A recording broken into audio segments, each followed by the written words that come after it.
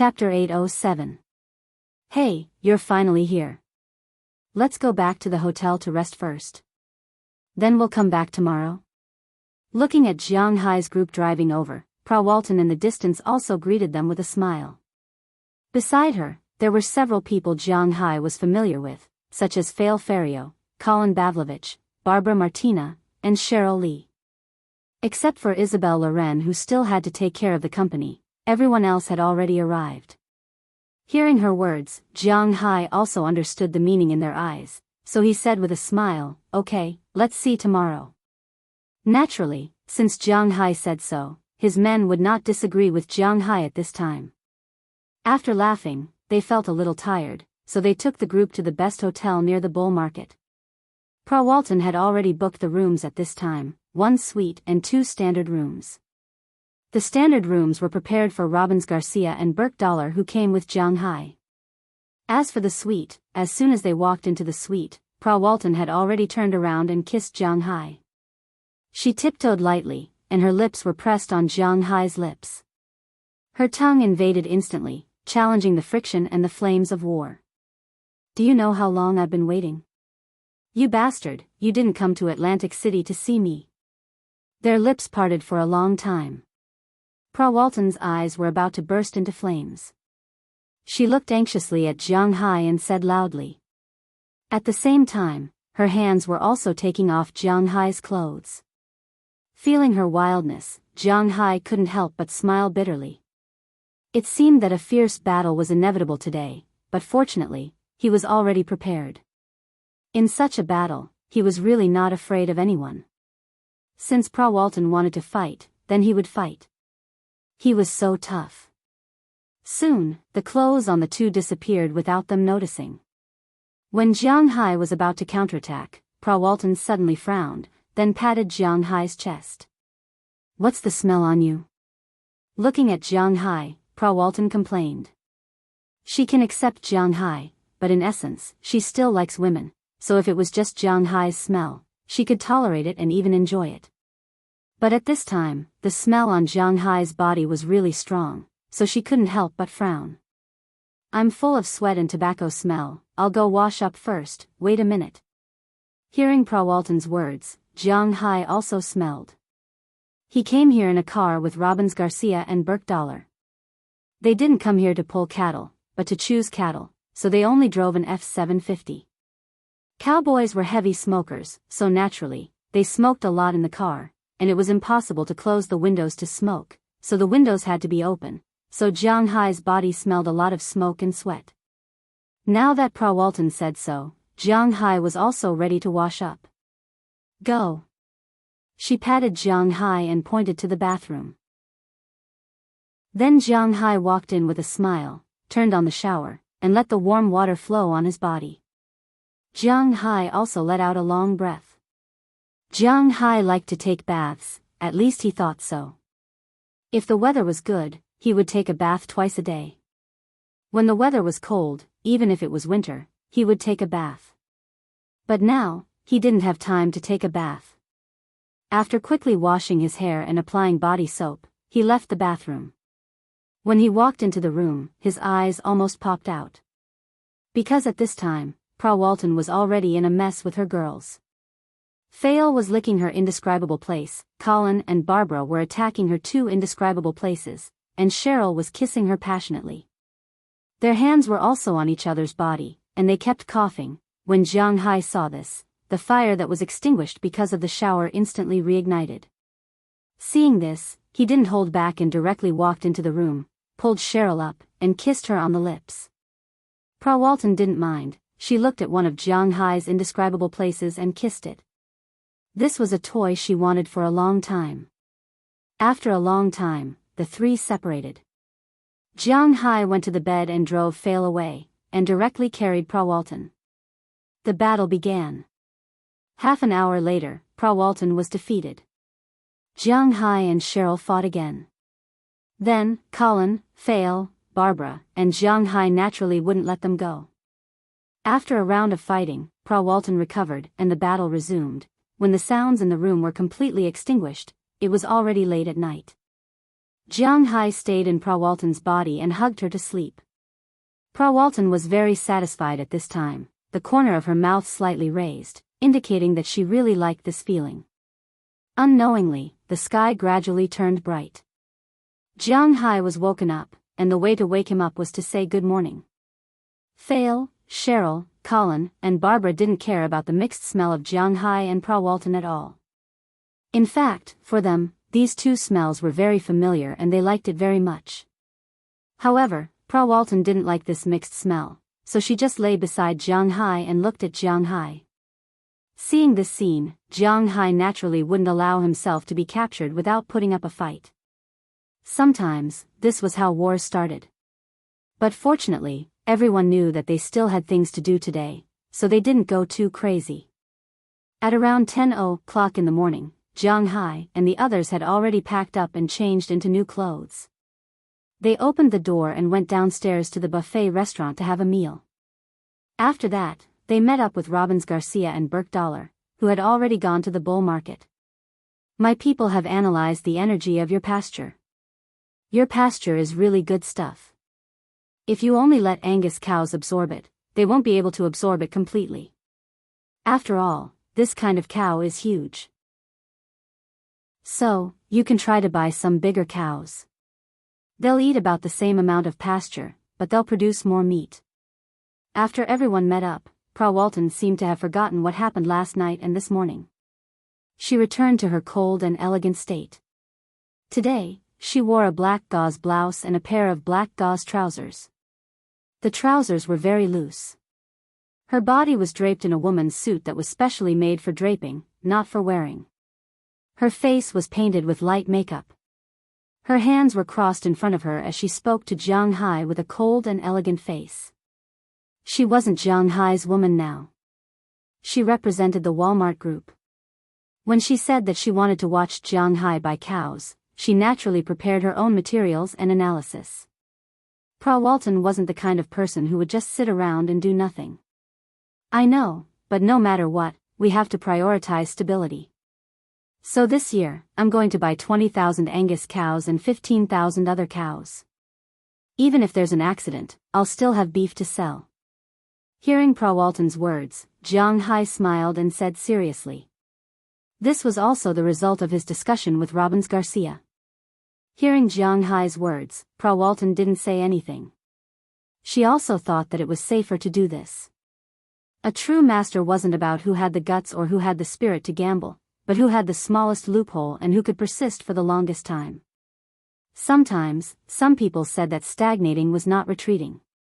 But for Jianghu, stagnating was actually the greatest progress. Because he was already earning a lot, he didn't need to work hard to make money. He only needed to wait patiently. Sometimes, being too ambitious wasn't a good thing. At least, Jianghu didn't like to take risks. Boss, Burke and I just took a look. The beef cows here are indeed much better than those in Massachusetts. Let's go in and take a look. Hearing that Prawalton didn't object to Jianghu's words, Robbins Garcia couldn't help but smile and say. Jianghu could insist on discussing countermeasures with them. This was also an affirmation to them. He was indeed very happy. After hearing his words, Jianghu and the others also officially entered the bull market in front of them. As soon as they walked in, Jianghu couldn't help but exclaim because this bull market was really big. After ordering to buy beef cows, Jianghu and the others originally wanted to go to the bull market in Massachusetts to take a look. It was only the middle of September now. It was just right to go there to see the cows. The time to buy cows was divided into two periods, March and September. March was called the spring calves.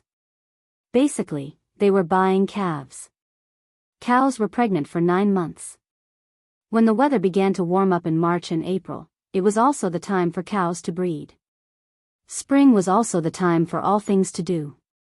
A cow's gestation period was 270 days, which was 9 months. Mating took place in April, and the calf would be born in January or February of the following year. If the calf did not die prematurely, it would be the time to sell the calf. September was the time to buy the big calves. September, October, and November were the 3 months when the big calves would eat fiercely. In December, they would start to fatten up. Before March of the following year, this batch of cows could be sold. Jianghu wasn't the kind of person to buy calves because it was troublesome. Calves were like naughty children. They weren't that obedient. Moreover, calves were stubborn and strong. It was really difficult to control them. Although the cost had decreased, Jianghu never bought calves. He couldn't do anything about the calves that were born, but he wouldn't buy them. He originally thought that all bull markets in the world were similar, but now he knew that he was really naive. Chapter 808. Yes, Jianghu and the others were not in Massachusetts. They were in New Hampshire. Speaking of this state, it was estimated that 99 out of 100 Chinese people did not know about this state. Indeed, there was nothing much to introduce about this state. It was a very small state with an underdeveloped economy and a small population. There were also no historical events and so on. The main honor of this state was the New England region. The so-called New England region referred to the northeast corner of the United States. It was originally a British colony and also the birthplace of the United States. However, the center of that region was Boston. This New Hampshire was really a state with no sense of existence. In 2011, the state's GDP was only $63.5 billion, ranking 42nd among the 50 states in the United States. This was indeed a very poor state. The state's biggest source of income was the export of printers, photocopiers, and the like. In the local economy, the most important part was its animal husbandry. To be exact, it was dairy husbandry because it was also one of the largest dairy farms in the United States. There were 5 types of cattle. People who had some understanding of cattle knew that the chromosomes of these cattle were different. Ordinary cattle, yaks, bison, buffalo, and yellow cattle. After domestication, cattle were also divided into 4 types: dairy breeds, meat breeds, part-time breeds, and labor breeds. Among them, the most famous labor breeds were Wuxia's buffalo and yellow cattle. Why was Wuxia able to become the world's most powerful country before the development of machine civilization? First, it was because of the number of people and intelligence. Second, it was because of the cattle. Compared to European cattle, Wuxia cattle were more resistant to rough feeding and more durable. They worked more and ate worse. Naturally, the crops they grew were guaranteed. In that era, cattle were important tools, not for eating. European cattle were more suitable for eating than working. It was precisely because of this that Wuxia was so strong. But later, it was all machines that were doing the work. Cattle that were used for labor had almost no place to be used. Cattle that could work were now useless and worthless. This was one of the reasons why cattle that were used for labor were eliminated. The bull market in New Hampshire was the biggest bull market in New England. In the past, Jianghu had only heard of it, but he had never been here before. Now that he had walked in, he really felt like his horizons had been broadened. In the past, when he didn't know anything about cows, he felt that all cows were about the same. They were just divided into big cows, small cows, bulls, cows, and so on. But now, as soon as he walked in, he found that it was really an eye-opener. In fact, he hadn't gone to the bull markets in Texas and Montana yet. After going there, he knew what it meant to have a lot of variety. The New Hampshire cattle market was divided into 3 areas: the dairy area, the beef area, and the mixed-use area. Jianghu walked into the dairy area first. At present, dairy cows were more popular than beef cows in the world because the consumption of milk was greater. You don't have to eat beef cows, but you have to eat milk no matter which country you are from. You have to take the civilian route, so naturally, you don't have to worry about the sales. Just like Wuxia had a lot of dairy cows, but the milk produced was not enough for China's consumption. There were many dairy factories in China, and everyone knew how much milk was in their dairy products. But milk was calcium supplements, and it was under the control of the country. The price couldn't be raised. Moreover, most of the dairy cows in China were raised by small families. Compared to the big countries in Europe and the United States, it was a lot worse. There was a time when people in China were disgusted with France. It was probably because the French said that they would rather throw away their excess milk than give it to Wuxia people who were in a milk crisis. Also, because of the 2008 Olympics, they boycotted France. But to be honest, in Europe, there were almost no countries that liked Wuxia. After all, they were all Westerners, and they all wore the same pants. Among the countries that hated Wuxia the most, many people who liked World War II history recommended Germany. That's right, Germany was the country that hated Wuxia the most besides the United States and Japan. Spain, which had countless fans in La Liga, was also a country that hated Wuxia the most. Next was the United Kingdom and Poland. They were all countries that were not worse than France. In the dairy area, there were mainly 4 types of dairy cows. Among them, Jianghu only recognized the Holstein, which was the Dutch dairy cow. In addition, there were 3 types of dairy cows from the United Kingdom. They were called Irish cows, graceful cows, and British cows.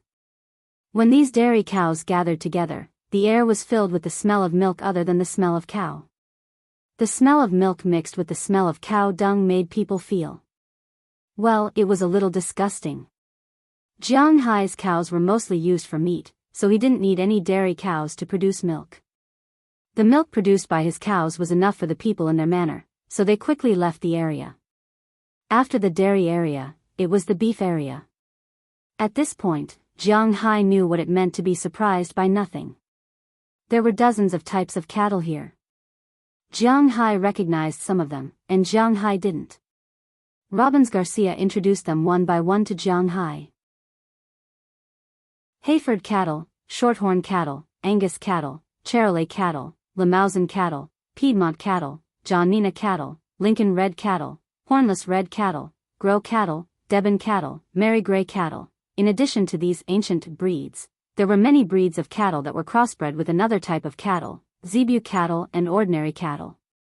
For example, Brahman cattle, Boraford cattle, Barogas cattle, St. Gertrudis cattle, Beef King cattle, Panamera cattle, Bifaro cattle, and so on. The so-called Zebu cattle was a type of cattle that specialized in the tropics.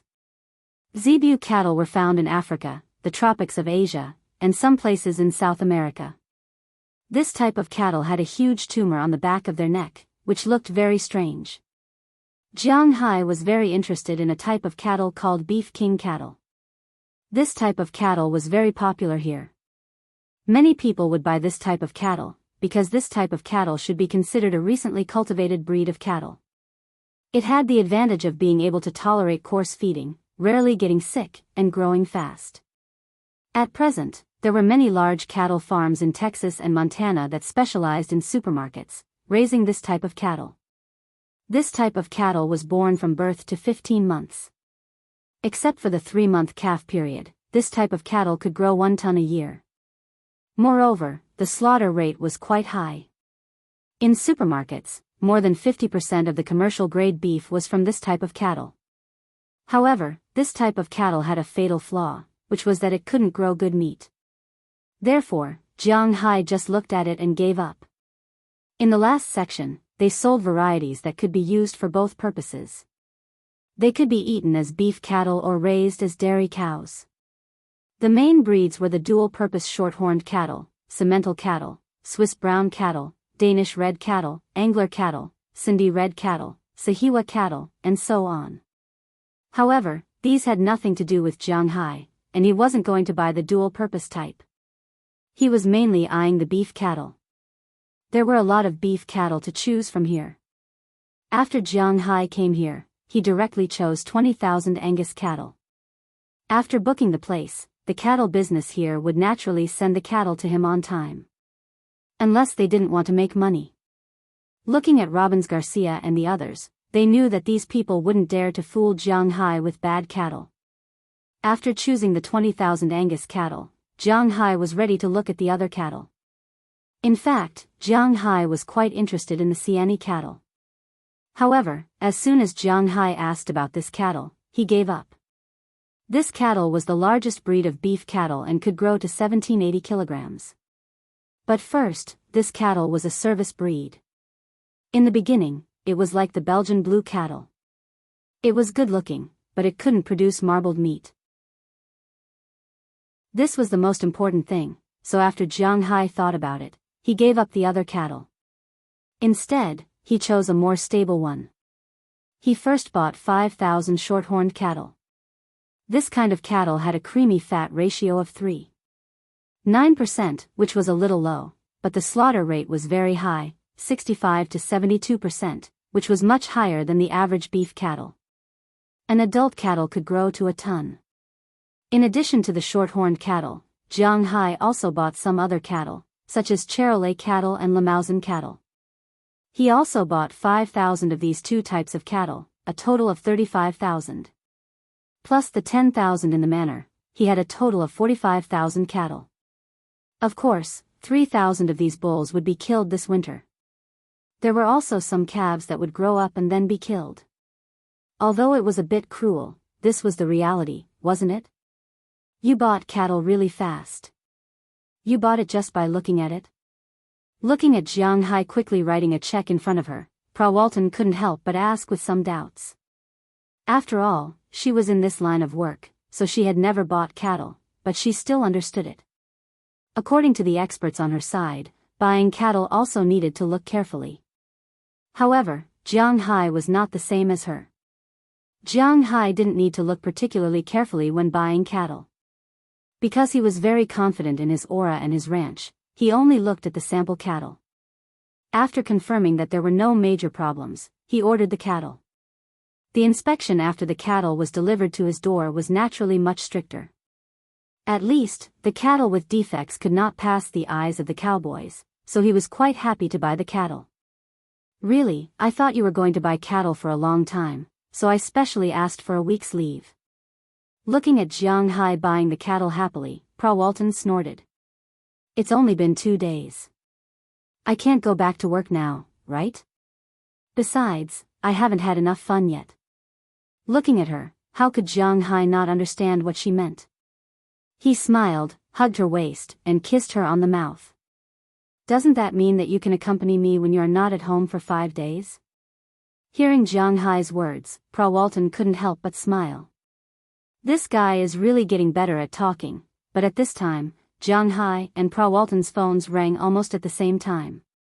The two had to separate and answer the phone respectively. However, although the people who answered the phone and the people who called were different, the first sentence was the same. Du Feimin's beef cattle are ready to be sold. Chapter 809. Your Highness, the cows have been slaughtered. As Jianghu and the others received the news, in a magnificent villa in Dubai. A palace? A man in black asked Du Feimin, who was standing in front of him. The cows have finally been slaughtered. Du Feimin let out a long sigh. His hand, which was originally holding the wine glass, couldn't help but tremble. Then, he took a deep breath. It had to be known that he had used up all of his blood and sweat over the past year to raise these cows. This success or failure was related to his position in this country. Although it was impossible for him to become the chief, he still wanted more power. What's the situation like? Du Feimin took a deep breath and forced himself to calm down. After taking a sip of red wine, he asked the man in black in front of him. The man in black could naturally tell that, although his master was pretending to be calm, he was actually very nervous. Thus, he didn't beat around the bush and directly said, a total of 100,000 cows were slaughtered this time. All of them were selected to be relatively healthy. The average slaughter rate was 68%. The percentage of marbled beef was 100%. The average percentage of premium grade beef was 5.8%. When he heard the man in black, Du Feimin couldn't help but let out a long sigh. Then, the corners of his mouth couldn't help but curl up. It wasn't because he was inexperienced, but because they had actually succeeded. They had actually succeeded. Du Feimin didn't raise Angus cows. He only raised big cows, each of which weighed about a ton. Based on a ton, the average slaughter rate was 68%. That was 680 kilograms of beef. 8% of that was 40 kilograms of beef. Based on the price of $700 per kilogram, the premium grade beef was worth $28,000. Buying the cow cost about $2,000. Including the labor, that was only $4,000. Of course, this didn't include the cost of the fodder. Just the premium grade beef alone was enough to make 7 rounds, not to mention the other types of beef. After receiving the report from the man in black, the smile on Du Feimin's face became even brighter. Butchering rate, 68%. Special grade meat yield rate, 8%. Special grade meat yield rate, 2%. Preferred grade meat yield rate, 3%. Standard grade meat yield rate, 1%. Commercial grade meat yield rate, 9%. Usable grade meat yield rate, 13%. Minced grade meat yield rate, 8%. Canned grade meat yield rate, 2%. Injury rate, 13%. According to the current wholesale price in Europe, premium grade beef was $700 per kilogram, select grade beef was $250 per kilogram, preferred grade beef was $100 per kilogram, standard grade beef was $6 per kilogram, commercial grade beef was $3 per kilogram, and usable grade beef was $1 per kilogram. Mincing and canning didn't count for now. For this cow, the superior grade weighed 40 kilograms, the special grade weighed 76 kilograms, the preferred grade weighed 145 kilograms, the standard grade weighed 184 kilograms, the commercial grade weighed 122 kilograms, and the usable grade weighed 88 kilograms. The rest were calculated separately. Just the meat alone was $28,000 for premium grade, $19,000 for select grade, $14,500 for select grade, $1,100 for standard grade, $366 for commercial grade, and $88 for usable grade. Although it was far from Jianghai's beef cow, this cow was estimated to be $63,000. Looking at the report in front of him, Du Feimin smiled. He was quite happy. He was glad that he had made the choice back then. He had trusted Jianghai. Jianghai had also given him a huge sum of money. He had raised 1 million cows in total. Apart from the 200,000 cows and calves he hadn't killed, the remaining 800,000 were worth $63,000 each. That was $54 billion. Did anyone know what $54 billion felt like? Although the remaining $400 million was for Jianghai to buy grass, Du Feimin had earned $50 million. But he had also earned 50 billion. This was 50 billion. Most importantly, this money could be earned every year. As he thought about this, Du Feimin's heart started beating faster for no reason. His position in Dubai had always been quite awkward. After all, his father had been qualified to inherit the throne in the past, although the current royal family wasn't like it had been a long time ago. Winners were kings, losers were bandits. When a person became an emperor, the people they had to guard against the most were their own brothers. Therefore, the princes who failed to seize the throne didn't have a good ending. As long as they didn't rebel, the current tribal chiefs couldn't kill them. However, they were still far away from the most important areas. For example, his father didn't care about anything now. Du Feimin was in charge of a part of the tourism industry. However, the tourism industry in Dubai hadn't been doing well in recent years. He wasn't doing very well. There were already some people in the imperial family who were aiming for his position. Although it wasn't to the extent of being in a precarious situation, Du Feimin also knew that there were thieves who were aiming for him. This was definitely not good news. However, he was now relieved. With this project that would generate at least $50 billion a year, he would become one of the most important people in this country. Although he wouldn't immediately enter the core of the country, his position in the upper echelons would be as firm as a rock. He immediately called Jianghai to express his excitement. At the same time, he told Jianghai that he would buy all the grass in his manor in the future. However, Jianghai naturally wouldn't do that. Now that the profits from the grass had appeared, Jianghu was also considering whether to raise the price. Therefore, his words were a little vague over the phone. However, after Du Feimin heard Jianghu's words, he didn't care, because the profits from the beef were really too much. Therefore, he could bear to give up some more. Besides, Jianghu had also said that he would mainly grow emperor bamboo grass and alfalfa in the future. The price of these two kinds of grass was originally higher than that of ordinary grass, so it was understandable that Jianghu would sell them more expensive. Even if the price was doubled, it wouldn't be much. Now that Jianghu had provided a year's worth of grass for 1 million cows, the price was about $300 million. It was close to $400 million.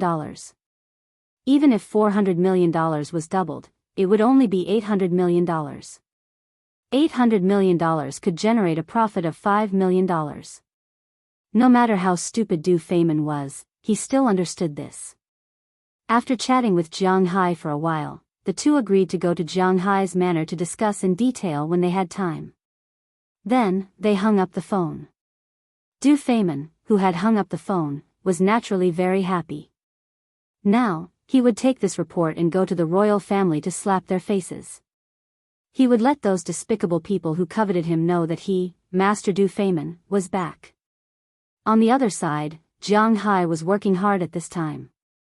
Looking at the people around him who had already fallen asleep, Jianghu also smiled at Prawalton, who was dissatisfied with him stopping. The war continued. While Du Feimin was slapping their faces and Jianghu was fighting, a storm swept through the whole world's animal husbandry. As mentioned earlier, Du Feimin's subordinates had sent the samples of the grass to many research institutions around the world. Although some of the grass was recovered in the end, they were all from Europe. The Asian countries, such as Japan, Korea, Oceania's Australia, and the United States, were not recovered. Therefore, there were many people who knew that Jianghu had strong grass. Luke Shan, who was in the United States, had already contacted Jianghu before this. He had also signed a contract and obtained the first batch of grass. However, other countries and people were still observing. They also wanted to know the effect of these super grass. National institutions were far from comparable to each other. Therefore, although Du Feimin's people did not disclose this information this time, it was easy to find out that 100,000 cows were killed. However, it was still easy to find out that 100,000 cows had been killed. They didn't know the details on the report, but they could take in the masters who had killed the cows and make an estimate. Almost overnight, everyone knew that Jianghu's super grass was effective, and the effect was quite good. After those cows were eaten, the cows, which were originally worth only a few $1,000s, were now worth about $60,000. Even if it was not $60,000, it was still more than $50,000. How much profit was this? They did not even dare to think about it. Capitalism talked about 50%, 100%, 200%. How much was this now? A few thousand. It would be strange if they did not go crazy. Jianghu was practically a gold mine. Almost everyone in the world who was related to animal husbandry was trying to find Jianghu. All the research institutions and all the scientists in this field were trying to solve the mystery of Jianghu's grass. For a time, the animal husbandry industry in the whole world was shocked. Of course, there were also some countries who did not know. For example, Wuxia. In Wuxia, no research institution had received the grass from Japan. In China, Jianghu did not have any investment projects except for Qi Li's restaurant. Therefore, China was also confused about the shock of animal husbandry abroad and did not understand what was going on. However, no matter what happened in China, the animal husbandry industry abroad was really like a tsunami. Everyone was looking for Jianghu, seeking cooperation, inquiring about information, threatening him, and all kinds of other things. However, after looking for half a night, they found that they could not find Jianghu. Almost no one knew about Jianghu's phone number. Only a few people knew about it. Apart from the people in his manor, only Qi Li, Prawalton, and Du Feimin knew about it. However, it was impossible for these three people to give Jianghu's phone number to anyone. There was no doubt about that. Therefore, even if the outside world was about to turn upside down, Jiang Hai was still in the hotel room, with his left arm around Pra Walton and his right arm around Fail Ferio, sleeping soundly. However, Moses Adams was really miserable. As Jiang Hai's lawyer, his phone was really flooded with calls. Almost everyone who knew about his relationship with Jiang Hai called him. As a lawyer, he could not turn off his phone. How depressing. Chapter 8:10. There was a type of grass that cows could grow 100% marbled beef after eating it, and the quality was extremely high. If someone had said this 3 years ago, they would have probably been scolded to death by animal husbandry people. But now, this was a real thing, a fact. Because this grass was the grass in Jiang Hai's manor. Ever since Du Feimin's report came out, Jiang Hai's manor became popular almost overnight. Of course, this wasn't the same as being popular among the people. Jiang Hai had become popular in the eyes of some people. These people were some countries and animal husbandry people. Animal husbandry people were easy to persuade. After all, no one was unwilling to let their cattle earn more money. But after all, they were just ordinary people. They had no way to influence Jiang Hai. But countries were different. Some countries, animal husbandry was their main source of income, such as the famous Japan and Korea in Asia. Now, the whole country was thinking about how to get their hands on Jiang Hai's secret. Every time this happened, Jiang Hai would always be glad. He was glad that he came to the United States and not China. Because in the United States, as long as Jiang Haibao could protect himself, the United States government would not do anything to Jiang Hai. This secret was Jiang Hai's, so the country might research it in private, but at least they would not force Jiang Hai to hand over this technology. Jiang Hai was the one who kept this secret. The country might research it in private, but at least they would not force him to hand over this technology. It was like the Iron Man series in the American movies. Compared to other superheroes, Iron Man had replicable abilities. All his abilities were in his armor. So in the movies, the American government could only think of forcing him to hand over the armor. But although Tony Stark was not a politician and did not have much power, he had a certain amount of fame and money. So, the American government did not dare to use force.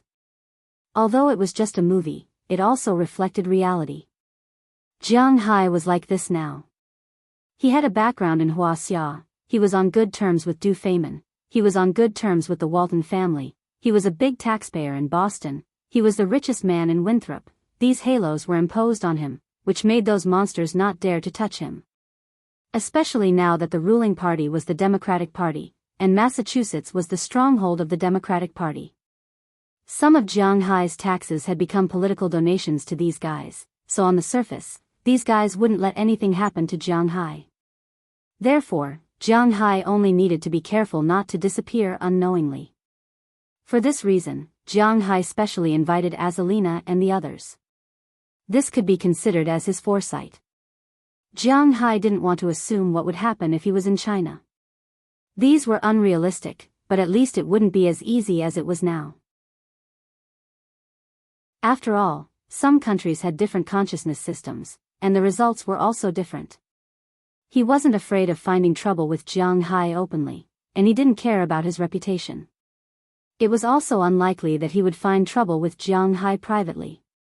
In the face of Jiang Hai, who was like a hedgehog, it seemed like he could only visit him alone. Therefore, before those big forces who were crazy about Jiang Hai's pasture could make a move, those small and medium forces had already heard about Jiang Hai's situation and were ready to visit Jiang Hai. Jiang Hai's home address wasn't difficult to find. Since the news came from Du Feimin, early the next morning, someone drove over to visit Jiang Hai's home. After Qi Jie received the news, she directly put up a sign that she wouldn't receive anyone. Because of this, a lot of people were given the cold shoulder. This also made a lot of people's impression of Jiang Hai become worse. But no matter how bad it became, it had nothing to do with Jiang Hai, at least he thought so. After he received the news that day, he had to admit that he was lucky. At least he wasn't at home now. What he was most annoyed about was having to entertain those guys. These guys all came with bad intentions, and Jianghu was very clear. Therefore, ignoring them was the best choice. After Prawalton learned about this, he told Jianghu that their vacation might be over, but Jianghu could stay in his villa for a while. It was still quite safe there. Therefore, Jianghu separated from Burke-Dollar and Robbins Garcia the next day. He went to Prawalton's villa in Atlantic City, and the two went back to receive the cattle. For 3 days in a row, Jianghu's house in Winthrop was crowded with people and carriages, but Jianghu hid away. Countless forces came looking for Jianghu. Some of them wanted to buy out the secrets in Jianghu's hands. In their opinion, there was nothing that couldn't be bought with money. Some of them wanted to cooperate with Jianghu. Some of them were even more direct, they wanted to buy the manor. Naturally, there were also some who wanted to take a step back and buy grass from Jianghu. However, these people still didn't get anything. It was that simple. Because Jianghu wasn't there, they spent a lot of money to find the cowboys here. When they learned that Jianghu went out to play and wasn't in the manor, many people were tempted. Therefore, they began to quietly look for Jianghu. After they found him, it was unclear what they would do. But even if they racked their brains, they probably wouldn't think that Jianghu was hiding in Prawalton's villa. After Prawalton came back, she put more energy into her work, although she only rested for 3 days. But now that Jianghu was living in her house, she was full of motivation. After she went back, she first talked to the Walton family and told them not to be swayed, because Jianghu's secret couldn't be told to anyone. Secondly, they just had to make money honestly. Whether Prawalton's warning was useful or not, at least on the surface, the Walton family calmed down. Indeed, they didn't need to get involved in animal husbandry. They were in the retail business. As long as they got hold of Jianghu, they would get more benefits. Secondly, they didn't want to make Jianghu unhappy. They could also use Jianghu to get in touch with the people who bought his grass.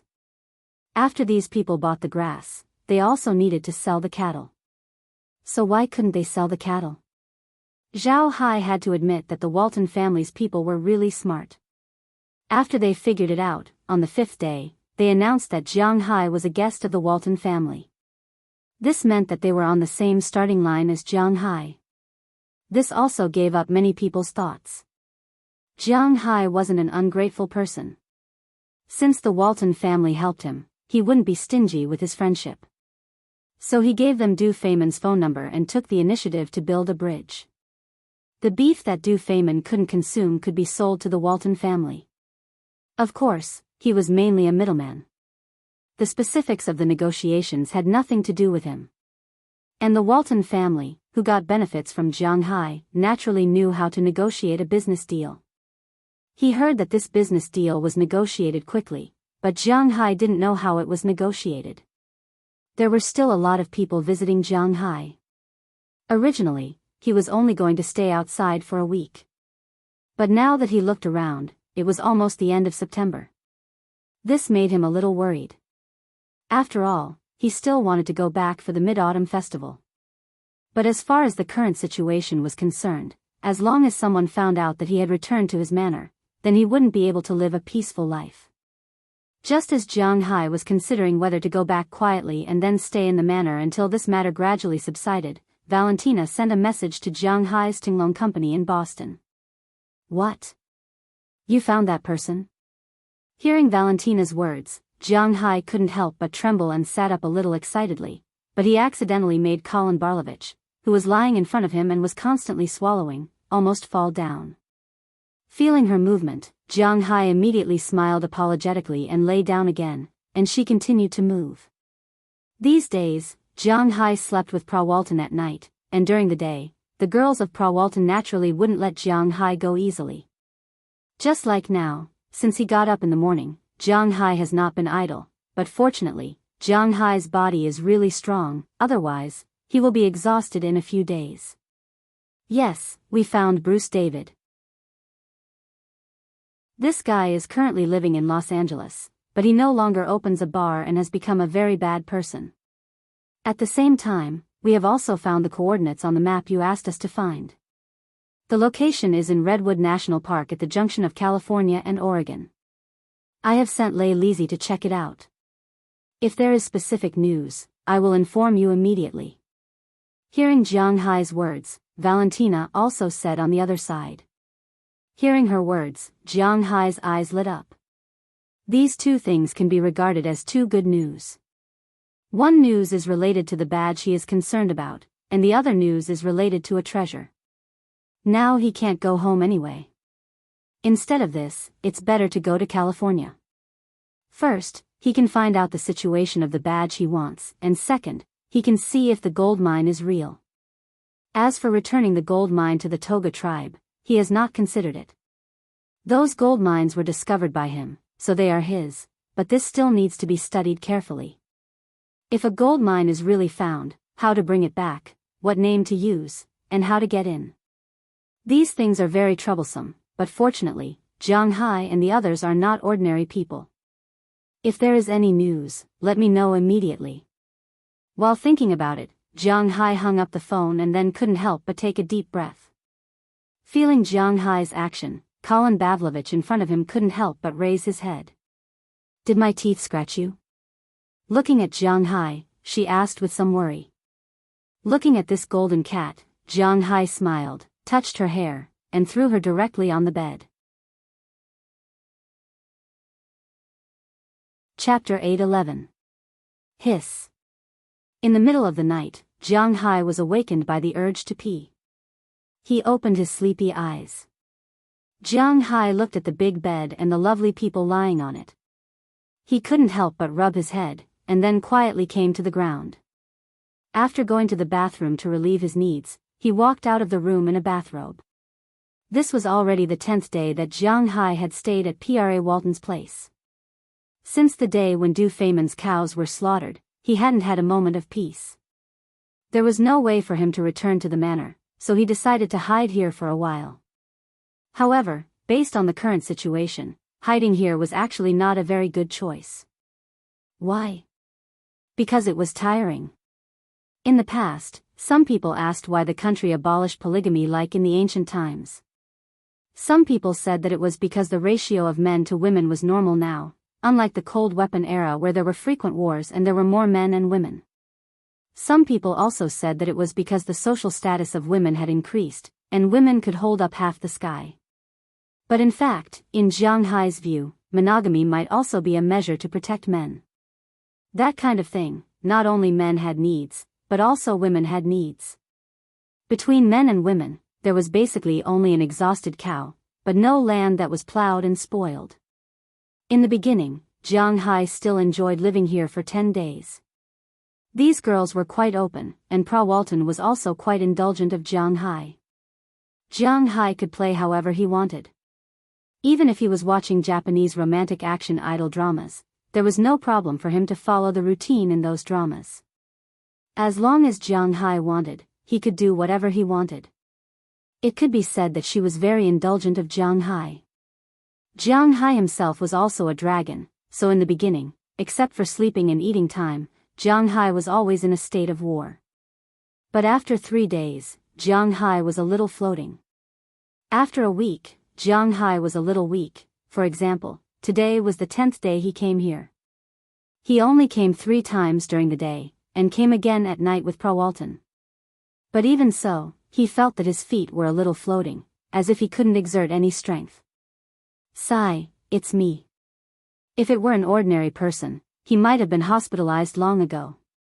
Rubbing his hair, Jiang Hai went downstairs to get a bottle of beer, and sat by the window under the moon. He wanted to be quiet. From here, it could be seen that these girls and the girls in his manor treated him differently in this matter. There were more women in his manor, but they actually still cared about Jiang Hai very much, so they only arranged for 4 people to take turns every day. If it were an ordinary person, it might have been over long ago, but with Jiang Hai's physical fitness, it was also good. Moreover, it was not that he didn't have time to rest. Every month, he could always rest for about 10 days. But it was different here. Although these girls also valued Jiang Hai, they only valued Jiang Hai's ability. After all, they relied on Pra Walton to live. They loved Prawalton, not him. They didn't need Jianghai's money. Their relationship with Jianghai was more like mutual needs, that was all. So they thought more about themselves and wanted to make themselves comfortable. As for Jianghai, let's talk about it later. This was also the reason why Jianghai felt a little homesick after staying here for a few days. Although he played more freely here, this was not his home after all. His home was in Winthrop. Looking at the moon in the sky, as the time gradually approached, Jianghai also thought about the Mid-Autumn Festival with his family.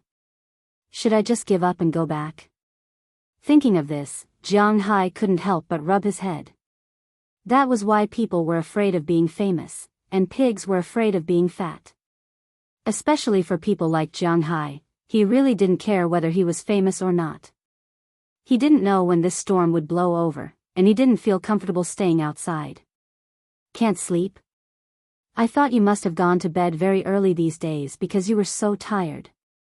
Just as Jianghai was thinking about it, a voice suddenly sounded in Jianghai's ear. Hearing this voice, Jianghai looked back and found that it was none other than one of Prawalton's little girlfriends, Cheryl Lee, the Korean girl. The moonlight sprinkled on her body, perfectly presenting her body in front of Jianghai. Maybe it was because of Prawalton's order, or their previous habits. If Jianghai's place was only a little cool, then this place was completely cold. Because in this villa, these women didn't wear anything. His upper body, lower body, and even shoes were not worn. He was naked from head to toe, with nothing on him. The moonlight shone on her skin. It was just her real skin that attracted Jianghai's gaze. Although he had seen this many times, to be honest, every time he saw it, he felt that it wasn't enough. He had to admit that these girls were impeccable, whether it was in terms of appearance or figure. Not to mention Cheryl Lee, the other girls had the thick pores and freckles that were unique to Europeans, as well as the smell that came from eating beef and mutton all year round. However, these girls did not have any of these. They were all very tall and had very thin pores. They were almost the same as Asian women. However, they still had the three-dimensional 5 views of Europeans. Their figures were very slender and full. They weren't as thin as some girls. They were thin where they should be thin, and fat where they should be fat. They usually had nothing to do. The only thing they had to do was to maintain their figures with the help of professionals. Therefore, they were the most delicate existences. As for the problem of body odor, when your staple food was more than $200 per kilogram of beef, you would also find that the problem of body odor when eating beef didn't apply to your body. When she saw Jianghai looking over, she couldn't help but smile. Then, she took the initiative to sit opposite Jianghai. She took the beer from Jianghai's hand and took a sip. Then, she stuffed the beer back into Jianghai's hand. Ugh, this beer is really bitter. I'm not used to drinking it without lemon. Cheryl Lee curled her lips and said to Jianghai. A large part of domestic beer was blended. There were very few brews. For the sake of taste, the alcohol content of these beers wasn't particularly high. Beer had 2 degrees. One was the degree of malt, and the other was the degree of alcohol. Usually, when others drank, they mainly drank malt, which was about 10 degrees. In addition, there was also the degree of alcohol. This was actually the most important factor. This affected the taste. The degree of alcohol in the brewed beer was high. With a high degree of alcohol, after drinking it, it would feel very bitter. But if it was iced and drunk with lemon juice, it would feel sweet. If someone didn't believe it, they could buy some Corona and drink it with lemon. Then, they would feel it. However, Jianghai was used to drinking here, so it felt good even without lemon. You are still more used to drinking soju. I saw on TV that people in South Korea drink like this. Listening to Cheryl Lee's words, Jianghai smiled. It seemed that when he watched those Korean dramas, the people in them all drank like this. Yeah, do you like to drink it too? Hearing Jianghai mention soju, Cheryl Lee couldn't help but ask happily. Me? I don't like it. Looking at her excited appearance, Jianghai couldn't help but smile and say. Hearing Jiang Hai's words, Cheryl Lee couldn't help but kick Jiang Hai. This guy really likes to sing a different tune. Being kicked by her, Jiang Hai didn't care. Instead, he smiled and continued to drink. What he said was the truth. He really didn't like South Korea's stuff. South Korea's soju was actually similar to green wine. They were both brewed with rice. The degree of alcohol wasn't high, around 18 to 22 degrees. But because there were no spices, the taste was, hee. According to the words of the Northeasterners, drinking soju was very noisy. It wasn't strong, and the stimulation was very small. It was as strong as beer, but it wasn't that strong. Instead, it had an indescribable fragrance. So basically, when Wuxia people drank soju, if they liked it for the first time, then they liked it. If they didn't like it, then they wouldn't drink it in the future. Jiang Hai belonged to the kind of people who didn't like it. However, Jiang Hai still liked a lot of Korean food. For example, he liked to eat cold noodles. This was Korean food. He liked to eat cakes, barbecue, and especially barbecue sauce. Without barbecue sauce, barbecue was incomplete, but he really didn't like soju. Seeing that Jiang Hai didn't say anything, Cheryl Lee hesitated. Have you been busy recently? Looking at Jiang Hai, Cheryl Lee asked him. When she asked, she didn't dare to look at Jiang Hai. It could be seen that she was somewhat guilty and hesitant at this time. Don't you know whether I'm busy or not? You stay by my side all day long. Although I'm not busy now, I shouldn't be able to leave here. What's the matter?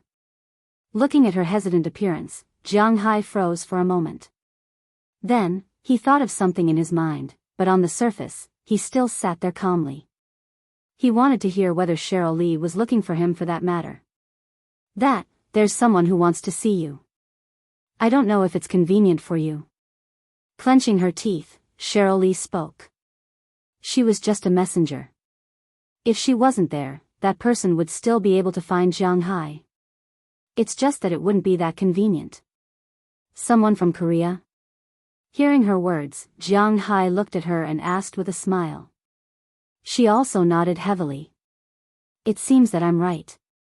Touching his chin, Jiang Hai narrowed his eyes and said. Chapter 8:12.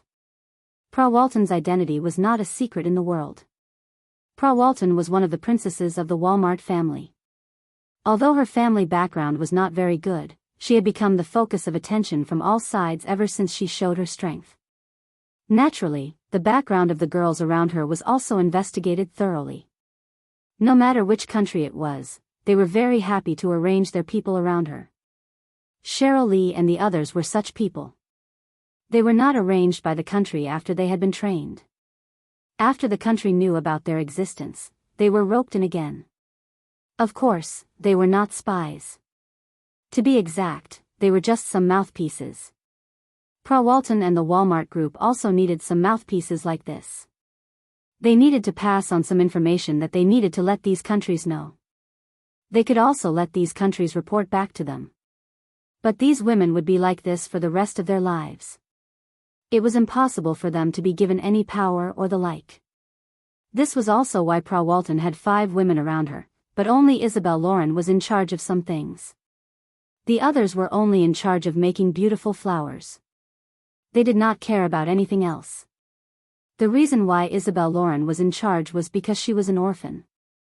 The power of Jiang Hai's forage this time could be said to have caused a shock in the global animal husbandry industry. Everyone was looking at Jiang Hai. Everyone hoped to get a piece of the cake. They all saw Jiang Hai's performance. It was definitely impossible to do it openly. Needless to say, the halos on Jiang Hai's body didn't need to be said, and it was also impossible to do it secretly. Jiang Hai's influence in the local area was deeper than they thought. Since it was impossible to do it openly or secretly, it was better to do it privately. Just like Du Feynman, this was also very good. Of course, if they came to buy forage, some countries would not be interested in Jiang Hai's forage at all. After all, how big was Jiang Hai's manor? How much forage could he collect? Barbara Martina from Argentina and Fail Ferrio from Australia were also in Prawalton. These two had not been in contact with Jianghu alone recently. This meant that there was no one behind them. These people did not care about Jianghu's forage. What they wanted was technology. Since the technology could not be obtained, the forage was useless. If they wanted it, they would not distribute it evenly. Instead, it was Cheryl Lee who found Jianghu and expressed that South Korea wanted to buy forage from Jianghu. Hearing Cheryl Lee's words, Jianghu smiled. He did not care about this. If it was to buy forage, then he would sell it. The newly developed grass market was for the purpose of selling grass, but if it was for other purposes, I will discuss it with Pra tomorrow and tell you. Hearing Cheryl Lee's words, Jianghu also smiled and said. Hearing that Jianghu wanted to discuss it, Cheryl Lee did not care. After finishing her business, she turned around and went back to sleep. Looking at her graceful figure, although Jianghu was a little angry in his heart, his body was weak. In the end, he gave up with a wry smile. After drinking, he returned to his room and fell asleep with Cheryl Lee in his arms. After getting up early the next morning, Jianghu stopped Prawalton, who was going to work, and explained to her that Cheryl Lee looked for him last night.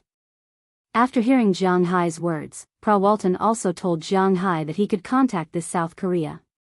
Jianghu must sell his forage, but he could not only sell it to Du Feimin and Luke Shan.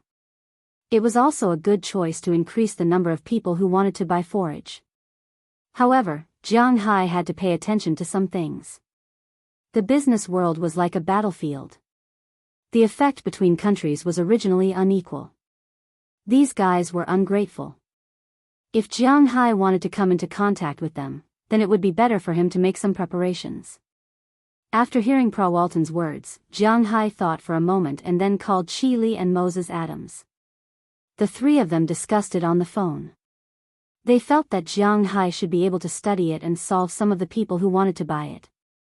At least nominally, they had to solve the problem of the people who wanted to buy it. This way, Jianghu could save a lot of effort. So he thought for a moment and thought that he could refer to those who were selling things. He could gather those who wanted to buy his forage and then directly distribute the shares to them. That would be enough. And the most important thing was that these people gathered together, it was easier for him to raise the price. At the same time, he could also save himself a lot of trouble. To be honest, Jianghu was very disgusted with those politicians and professional businessmen. Chatting with them was simply a matter of life and death. Although Jianghu was very smart, he didn't like to use his brain. So he hated talking nonsense with those people. It was best to solve these guys at once. This way, Jianghu could save himself a lot of trouble. Since the decision was made, Jianghu also talked to Prawalton. Prawalton also felt that although this couldn't maximize the benefits, Jianghu would undoubtedly save a lot of trouble. And it was quite good to do so. After she agreed, Jianghu called Moses Adams. He would leave this matter to him. As for the time, he set it to be the day before the Mid-Autumn Festival. This way, after he was done, he could go back to the manor to spend the mid-autumn. Jianghu was the kind of person who would do what he thought. He called Moses Adams. Moses Adams was also very interested in this opportunity to make friends with the major forces. Then he booked the top floor of the Boston Harbor Hotel, including a banquet hall. Jianghu spent more than $3 million just to book these things. But Jianghu didn't care, because this time, the wealth he would create would be more than $3 million.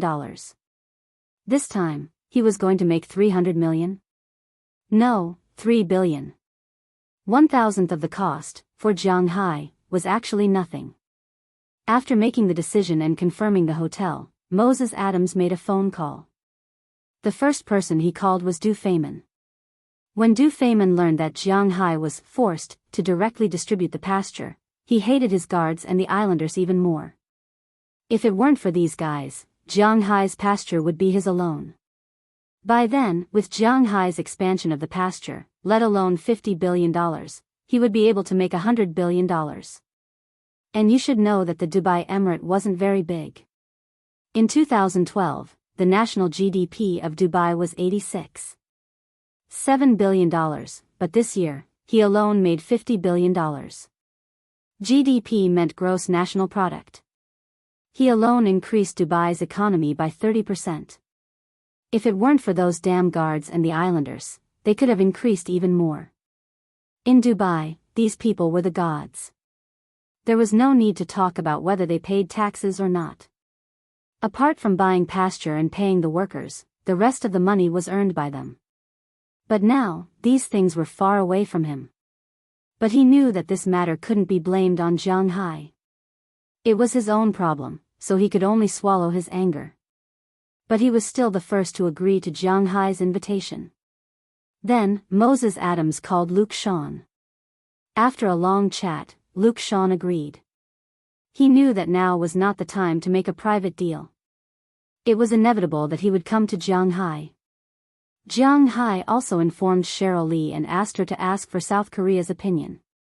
The person in charge of South Korea wanted to talk to Jianghu alone at first, but after knowing that Jianghu intended to put things on the table, they didn't say much.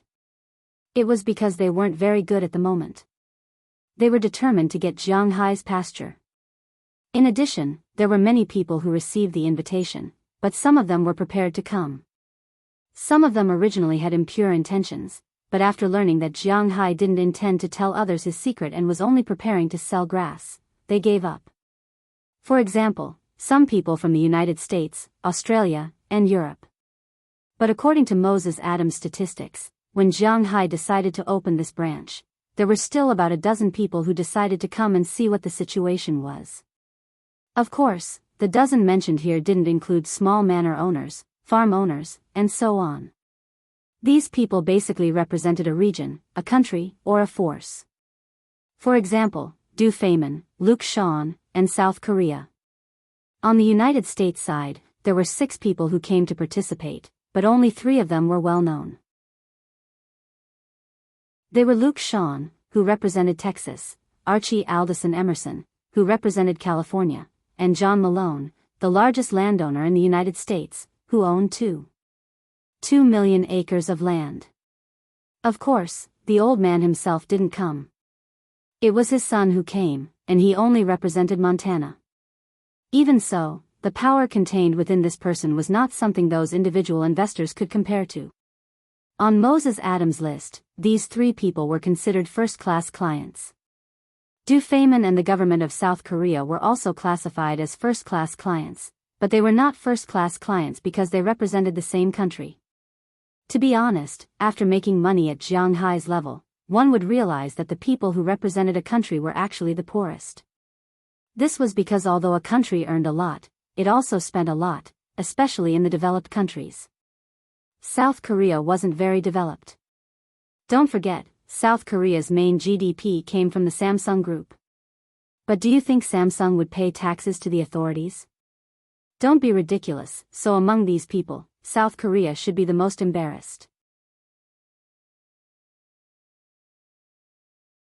Chapter 8:13. Since it had been decided, Jianghu and the others had to start making arrangements. Walton and Moses Adams were familiar with this. After making a call and setting a time, all they had to do was wait for that day. The night before, Jianghu left Walton's house in Atlantic City and stayed in the presidential suite of this hotel. Galina and Ailsara were responsible for protecting Jianghu. At the very least, they were in contact with Jianghu's body. Of course, for Jianghu and the others, this was not a big deal. They were already used to it. After a night's stay, the next day was the day of the conference, and the bigwigs came to the hotel one after another. The first to come was naturally Du Feynman. After Moses Adams received him, he naturally had some time alone with Jianghu.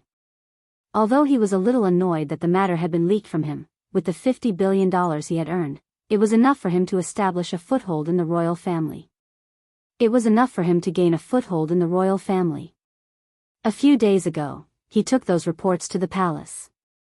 It was almost a slap in the face to let those who refused to accept him know why the flowers were red. Now that he saw Jianghu again, he naturally felt a little guilty, a little helpless, and a little worried. He really wanted to monopolize all of Jianghai's pasture, but he knew it was impossible, so the two of them left after exchanging a few pleasantries. Then, Wuxia came in person with his son. After expressing his intentions to Jianghai, he went to rest. Then, one by one, people arrived. They either represented individuals or forces. Moses Adams was quite excited. At the very least, he did not have many opportunities to show his face in front of these top figures. Soon, it was 3:00 in the afternoon. Jianghai went to the reception room first. After he arrived, the 17 people who represented individuals or forces also arrived. Jianghai looked at them and felt that there was a clear division between them. At this time, the 17 forces in front of him were clearly divided into 3 groups. The first group represented individuals, such as Wuxia and the son of John Malone, an American real estate tycoon. They sat alone on the left. Those sitting in the middle were people who represented forces, such as people from Montana and New Mexico. Wuxia from Texas came, but no one else came. In addition, there were some foreign ranchers. For example, people from Australia and Argentina. Although these two countries did not take Jianghai seriously, the ranchers in their countries took Jianghai very seriously. In addition to these people, the last group represented their countries. In fact, there were only 2 groups of people. One was Du Feynman, and the other was the people from South Korea. Jianghai deliberately looked at the person from South Korea and found that he was really arrogant. He raised his neck arrogantly, as if he disdained Jianghai and the others. Seeing this, Jianghai could not help but laugh. What a sad nation. South Korea, whether in terms of historical status or military status, was actually a very awkward country. As for the existence of South Korea, I think most of the Chinese know about it. Their existence is similar to that of Japan. It was a product of the division of power between the United States and Wuxia after World War II. The result of its existence was a war. In that war, it was naturally said that the country had won, but in fact, it was hard to say who won and who lost. After all, North Korea was not unified, and South Korea did not take over the North. Maintaining the current situation was acceptable for both the Wuxia and the United States.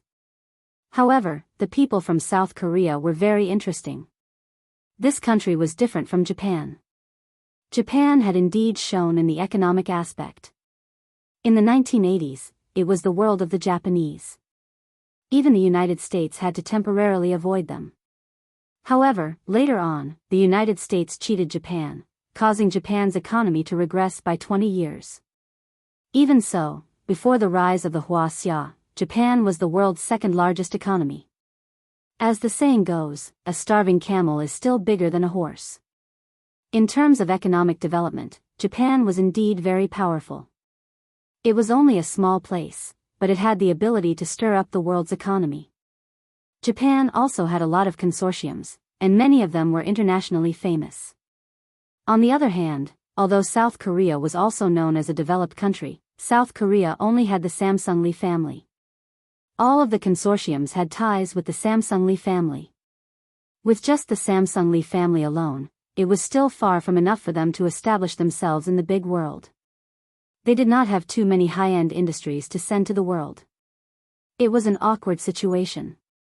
If a country wanted to develop, it must at least be able to sell things. Other countries wanted to buy things. For example, China was still a developing country. Most of the things they sold were raw materials, such as rare earths. This was also criticized by others.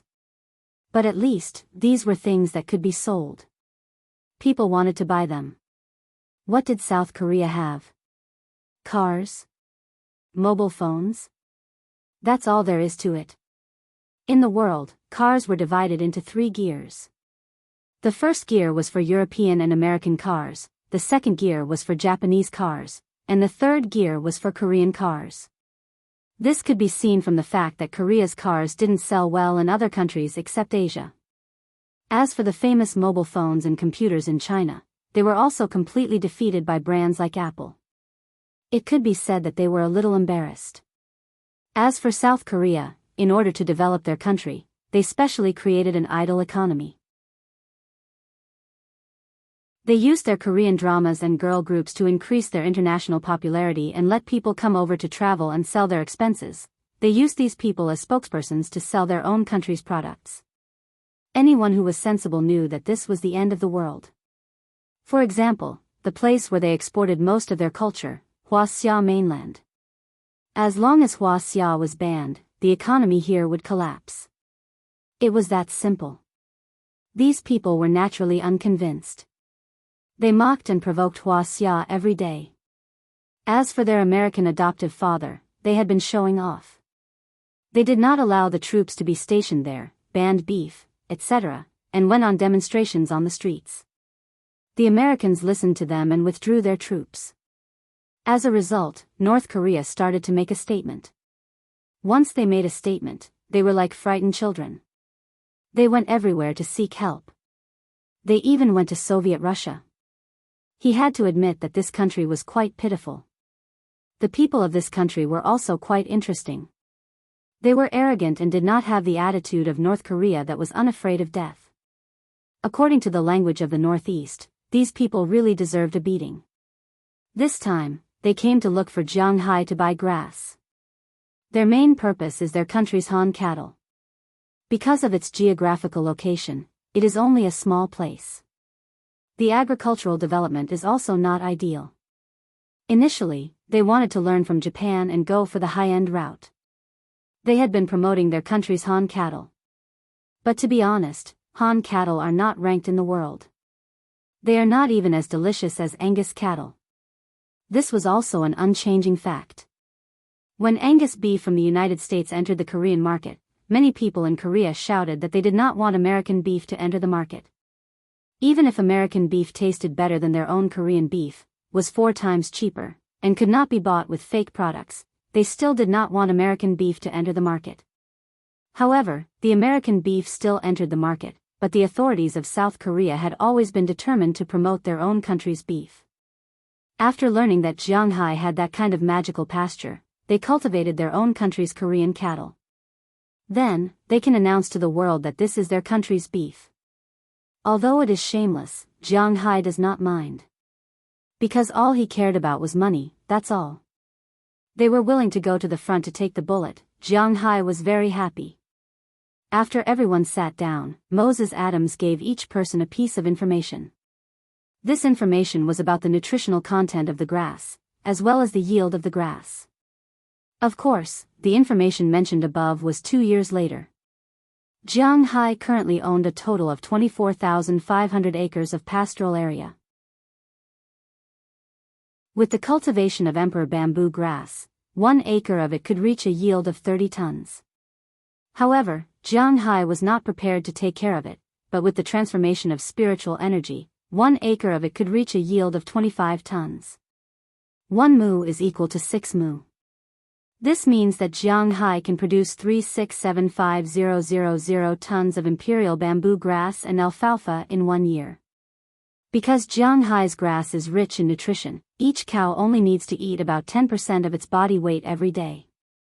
As for the other grass, it needs to eat at least 14%. According to the calculation of 1 ton per cow, it needs to eat about 10 kilograms of grass per day. Excluding the fattening period, it is 3,650 kilograms per year, 365 tons. In other words, Jianghu's grass can supply the grass consumed by 1 million cows. Among them, Jianghu keeps 300,000 tons of grass because he is also raising cows. Of course, his cows and goats had to be eaten until they were full. The remaining 3 million tons of fodder was the amount that was allocated this time. To be honest, 3 million tons of fodder could be digested by any one of them.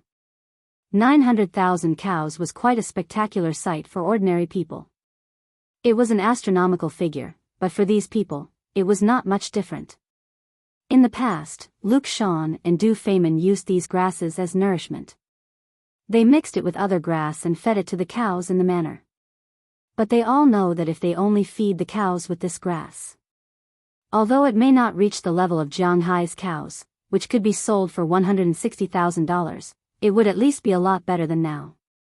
Now, a cow was sold for $60,000. When the time comes, it may be sold for $80,000, or even $100,000. Just thinking about it made them a little excited. Chapter 8:14. Everyone present knew that Jianghai's grass had such an effect. Everyone wanted to take the grass for themselves. However, they knew that this was unlikely, and they had no way to find Jianghai's grass anywhere else.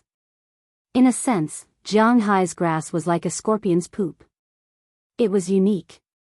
Therefore, when they saw Jianghai's stack of information, they were a little envious. However, they also knew that it was impossible to defeat so many opponents and take these herbs for their own use. I'm not a businessman, and I don't like to bargain or play with traps. Now, we're dividing the 3 million tons of pasture that can be produced in the year after next. I can guarantee that the effect of the pasture won't be worse than the current pasture. As for how to divide the 3 million tons, it depends on your sincerity. After seeing that everyone in front of him had finished reading the information, Jianghai also said straightforwardly. Hearing Jianghai's words, one of them couldn't sit still. If you say that these grasses have such an effect, do they really have such an effect? Seeing is believing, and hearing is false. Aren't you a little too anxious to sell the grass that's going to grow in 2 years? The man looked at Jianghai, put down the information in his hand, and said very plainly. After hearing his words, many people around him nodded. These people also had the same idea. While Jianghai listened to Moses Adams's words, he did not know who this person was. After learning the man's identity, Jianghai nodded. He was Paul Casby, an Australian livestock tycoon. He had about 700,000 acres of land under his control, raised about 1.2 million cows, and had more than 30 million sheep. Although cows were important to Australians, the economic value of sheep was actually higher. The whole of Australia was desertified, although they put the name of a disaster on the rabbits. But actually, the development of animal husbandry was also greatly related. The food that a cow ate was more than what 10 sheep ate. Therefore, there were indeed more sheep in Australia than cows. However, the sheep they raised were not for drinking milk and eating mutton. They mainly ate beef and raised sheep for the purpose of shaving their wool. Australia's wool was quite famous around the world. Hello, Mr. Casby. I'm here to answer your questions. Believe me if you want.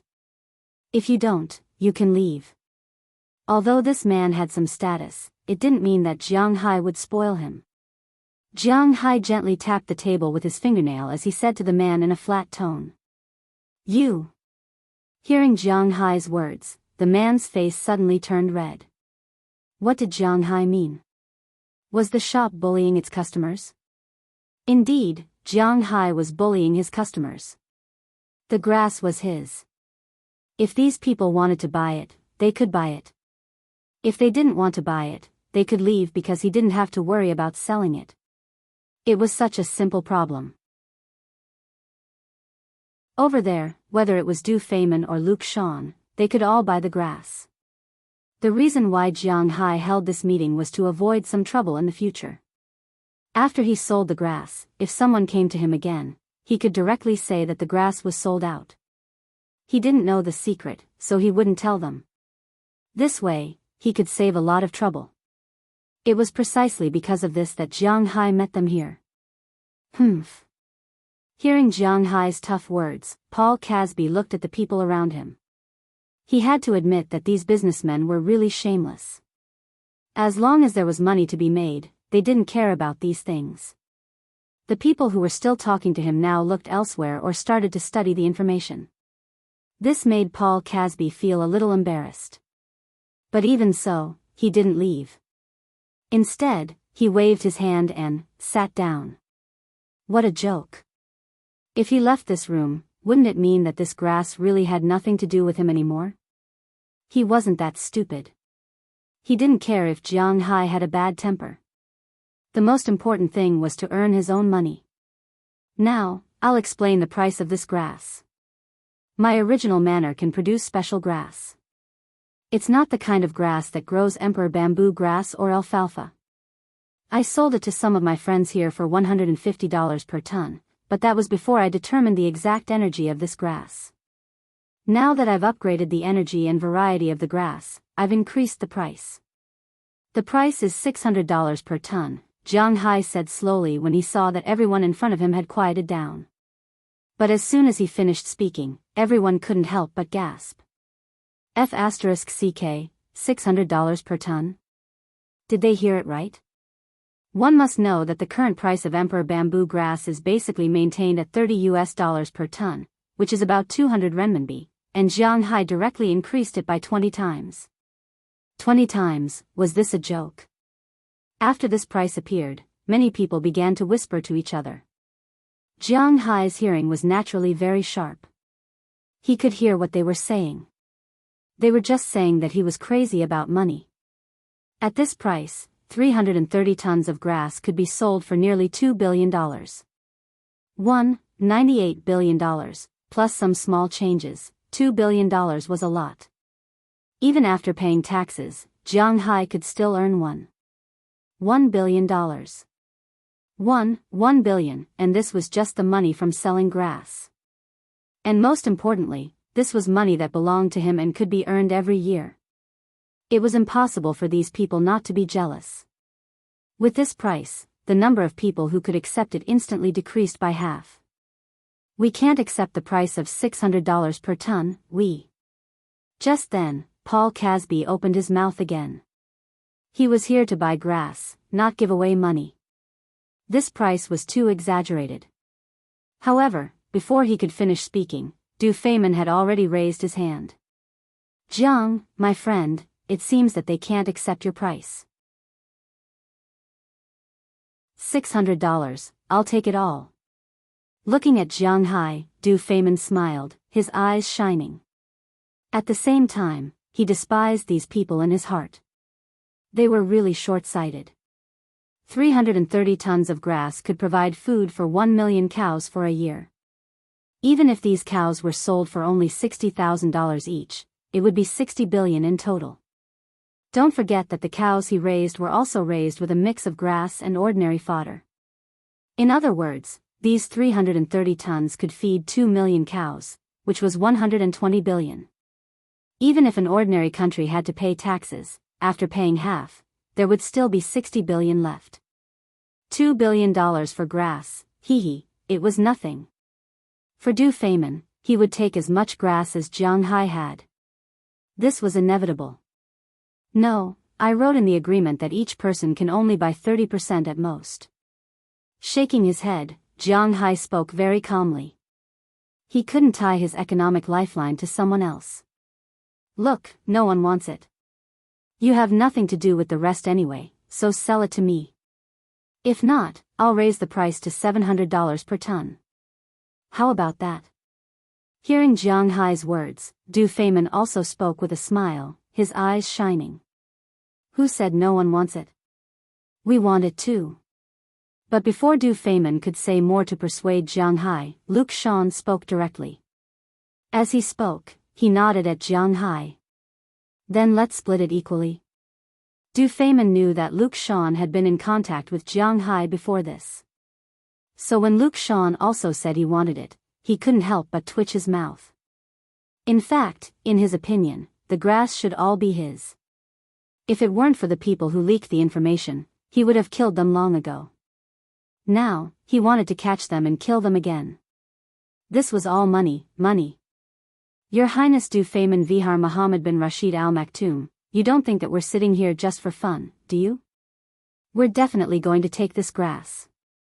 At this moment, John Malone spoke with a smile. As soon as he spoke, everyone present looked at each other. They could faintly see a trace of anxiety in their eyes. Jianghu said that each person could buy up to 30% of the grass. Now, there were already 3 people who wanted to buy it, which meant that only 10% of the grass was left. Although these people felt that the grass was expensive, they couldn't accept it if they weren't allowed to buy it.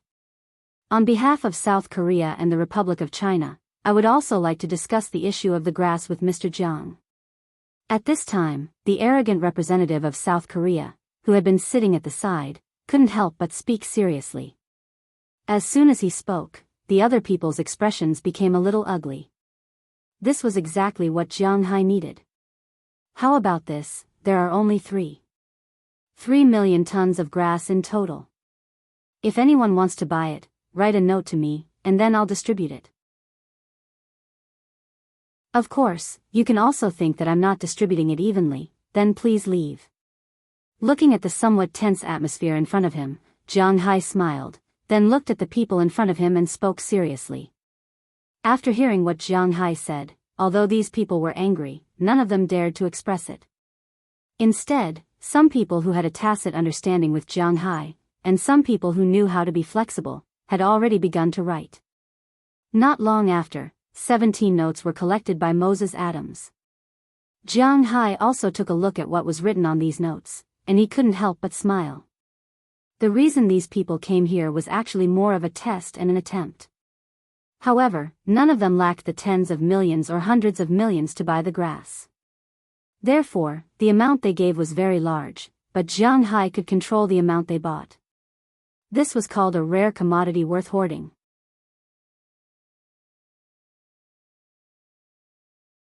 Chapter 8:15. Jiang sat in his seat and glanced at the notes in front of him. There were a few numbers that Jiang was more concerned about. Among them, John Malone wanted to buy the limited amount, which was 30%. Du Feynman and Luke Shawn wrote that they wanted as much as they could. As for the people from South Korea, they also wrote 30%.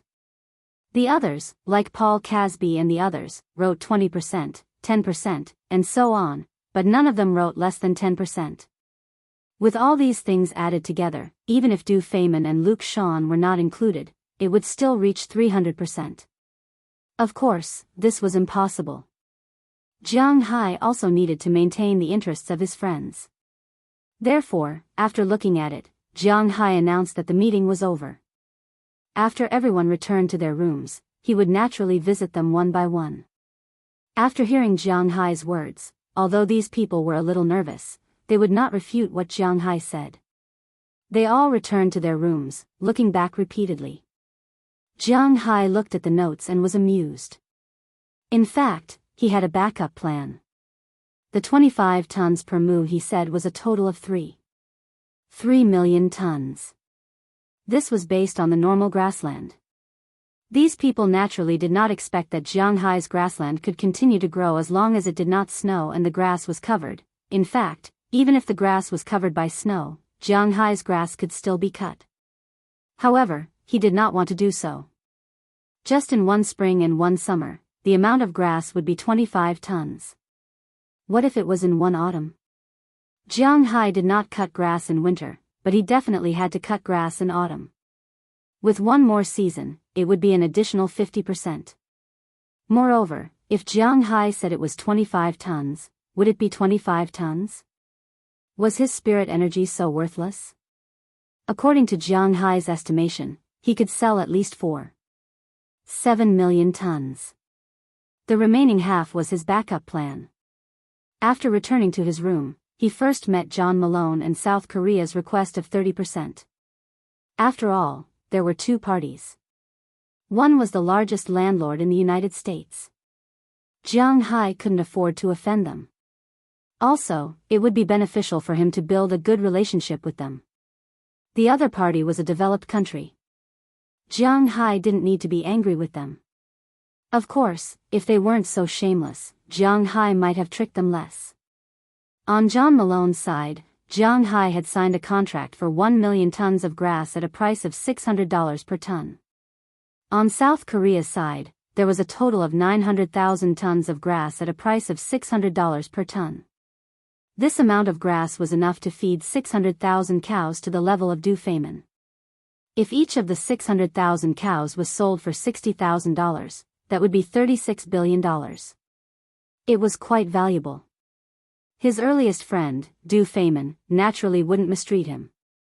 It was $600 per ton for 2 million tons of fodder.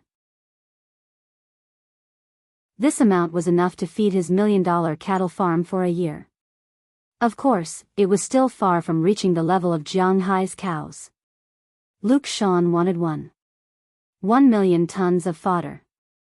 Jianghai believed that he would be more than happy to beat John Malone. Just the 4 parties had taken 2 million tons of fodder, but there were still about 500,000 tons left. This would be distributed to the others. The smaller ones would be 30 to 40,000 tons, while the larger ones would be about 100,000 tons. All 17 parties would get a share. Soon, Jianghai had drafted 17 contracts. Next, it was time to visit them. He went to see Du Feimin and Luke Shan first. Originally, the two of them were still a little nervous. After all, there were too many people to feed this time. But when they saw the numbers on the contract, they all smiled. Although before they went, Jianghai had hinted that they could rest assured, now that they saw the words on the contract, they were really relieved. After signing the contract, Jianghai naturally asked them to keep it a secret. This time, both Luke Shan and Du Feimin were very clear about it. When it came to money, it was naturally better to keep it a secret. If it was too big, it wouldn't be good news. Then, Jianghai went to John Malone's son's room. Here, they had a preliminary contact. John Malone's main business was in the television industry, but he knew very well that real estate was his foundation. His son, who was in charge of managing this place, was very interested in Jianghai's fodder. After exchanging phone numbers, the two of them chatted for a while before leaving. After leaving John Malone's room, Jianghai didn't hurry to go to the South Korean representative's room. Instead, he went to the other rooms first. After seeing the contracts that Jianghai handed to them, to be honest, these people felt that there were too few of them. However, it was better than nothing. Moreover, they had only heard about it. They hadn't tried using Jianghai's fodder in their own manner. Jianghai gave them a chance to try, and they were very happy. Moreover, Jianghai's contract was signed every 5 years. If it was really effective, they could sign it again in the next 5 years. After everyone had signed the contract, Jianghai and Moses Adams knocked on the door of the South Korean representative's room. "Oh, you're here. Please come in." The person who opened the door was the deputy of the representative. As soon as he saw Jianghai and Moses Adams, he immediately bowed. Although they were of different nationalities, for the people of South Korea, the rich are also the boss. In particular, he had also participated in the meeting just now. He knew that Jianghai had sold fodder for $2 billion. One must know that $1 is equivalent to 1,200 Korean coins. In other words, Jianghai just moved his mouth a few times and earned 2.4 billion Korean coins. When he thought of this number, he felt the hairs on his body suddenly stand on end. What a joke. Such a person might be able to control himself, but he couldn't. Looking at the way this person bowed, Jianghai didn't have the habit of bowing to others, so he just nodded and followed him in. When he walked in, he saw that the representative had already walked out of the room. Although he had a smile on his face, there was a hint of arrogance. This made Jianghai feel a little funny. Didn't these guys know that they were here to ask for help? "Hello, Mr. Jiang. I've heard of you for a long time." Looking at Jianghai, this person walked over and spoke a string of strange Chinese. Fortunately, Jianghai could understand. After shaking hands with him, Jianghai ignored him and sat directly on the sofa next to him. "Oh, Mr. Jiang, I didn't think you would come earlier." Seeing that Jianghai ignored him, he didn't care. After sitting opposite Jianghai, he slowly picked up the tea set in front of him and poured a cup of tea. Wuxia, Korea, and Japan all like to drink tea, but the tea ceremony for drinking tea was different. Japan's tea ceremony was inherited from the Tang dynasty of Wuxia.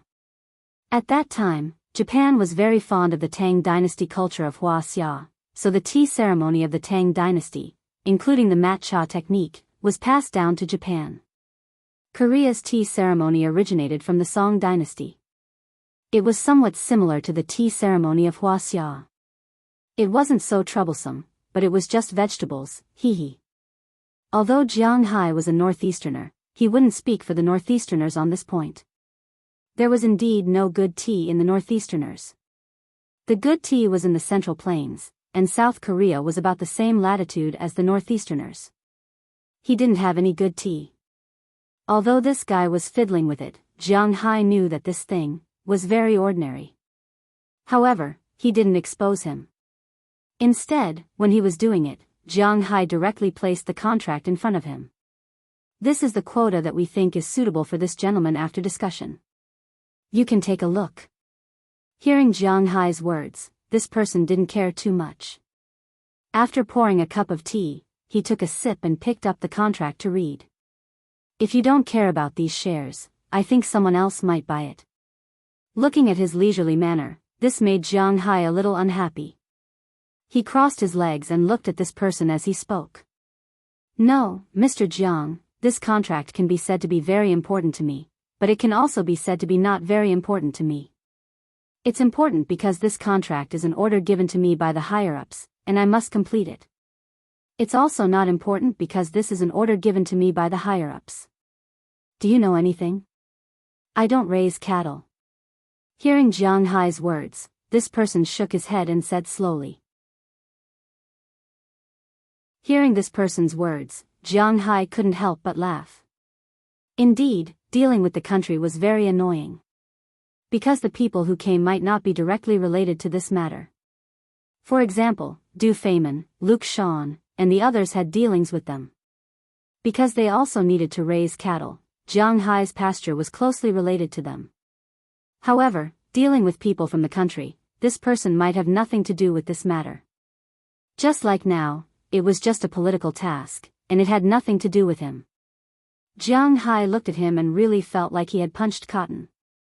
Looking at this annoying guy in front of him, Jianghu said with an unhappy face, "Forget it, sign it, and leave after you sign it. If it weren't for Cheryl, you wouldn't even be able to get 100,000 tons. Hee, Mr. Jiang, you're too anxious. Although this matter has nothing to do with me, I still know the importance of this grass to the country. At the same time, some big shots in the country also want to invite Mr. Jianghu. If you have time, you must come to the country. At that time, they will definitely do their best to host you." Looking at Jianghu in front of him, a little impatient, the representative of South Korea also said with a smile. Then, he glanced at the contract and signed his name on it, as well as the seal of a department in South Korea. After everything was done, Jianghu was too lazy to talk nonsense with him. He directly took the contract and went back. As for going to South Korea, Jianghu forgot about it after he went out. To be honest, he didn't have a good impression of that country. If it wasn't necessary, he wouldn't be willing to go.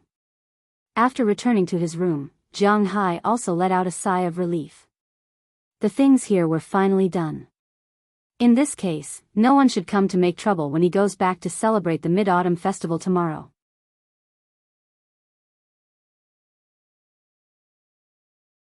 Chapter 8:16. Americans actually like festivals, so they have a lot of festivals throughout the year. The most important holiday was naturally Christmas, followed by New Year's, and then Halloween. Although Halloween was not a holiday for adults, children were quite fond of it. There was also St. Valentine's Day, which was Valentine's Day. In addition, there was also Thanksgiving Day, Columbus Day, and so on. These were all holidays for the whole country.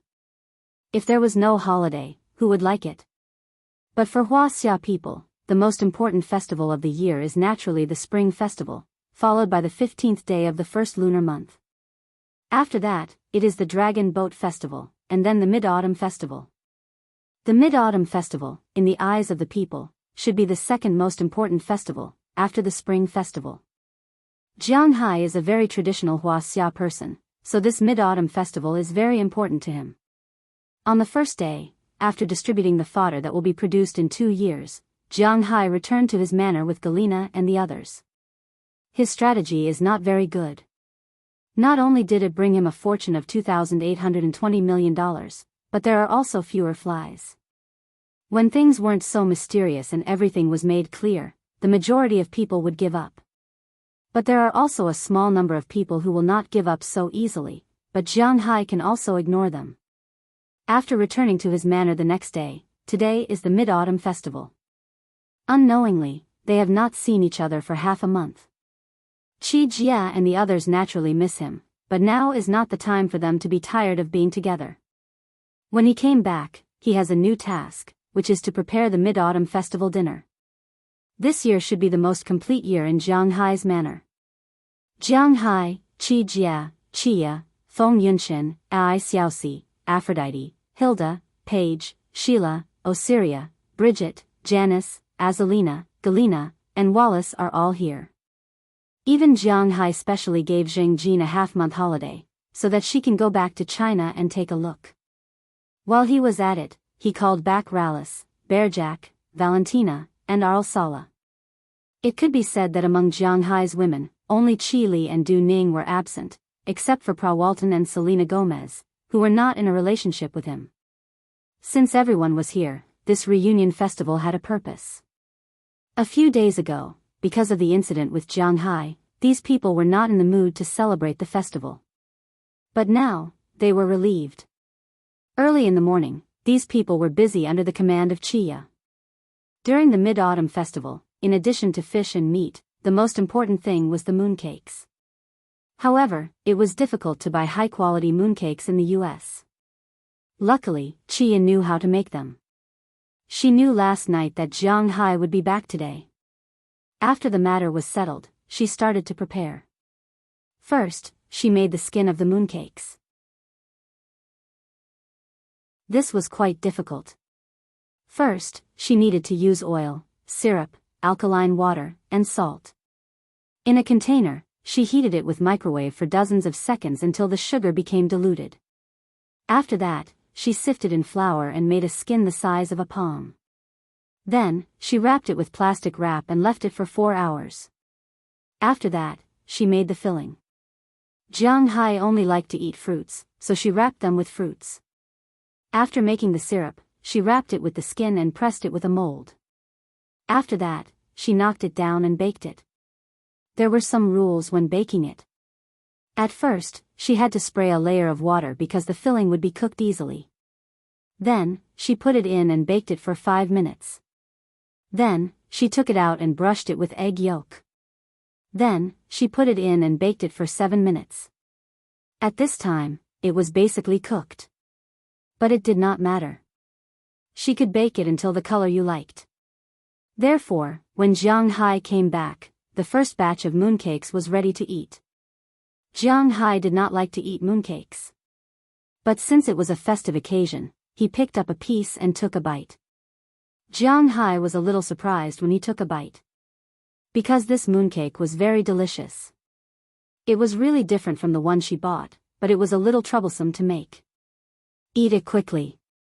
After that, you have to catch crabs. Seeing Jianghu eating happily, Qia was also very happy. But she still remembered that the main dish in the evening was the main dish, so she urged Jianghu. Okay. Hearing her words, Jianghu sped up. To be honest, during these days in Prawalton, although he did not suffer losses, he still missed his home very much. Jianghu responded briskly and finished the mooncake in a few bites.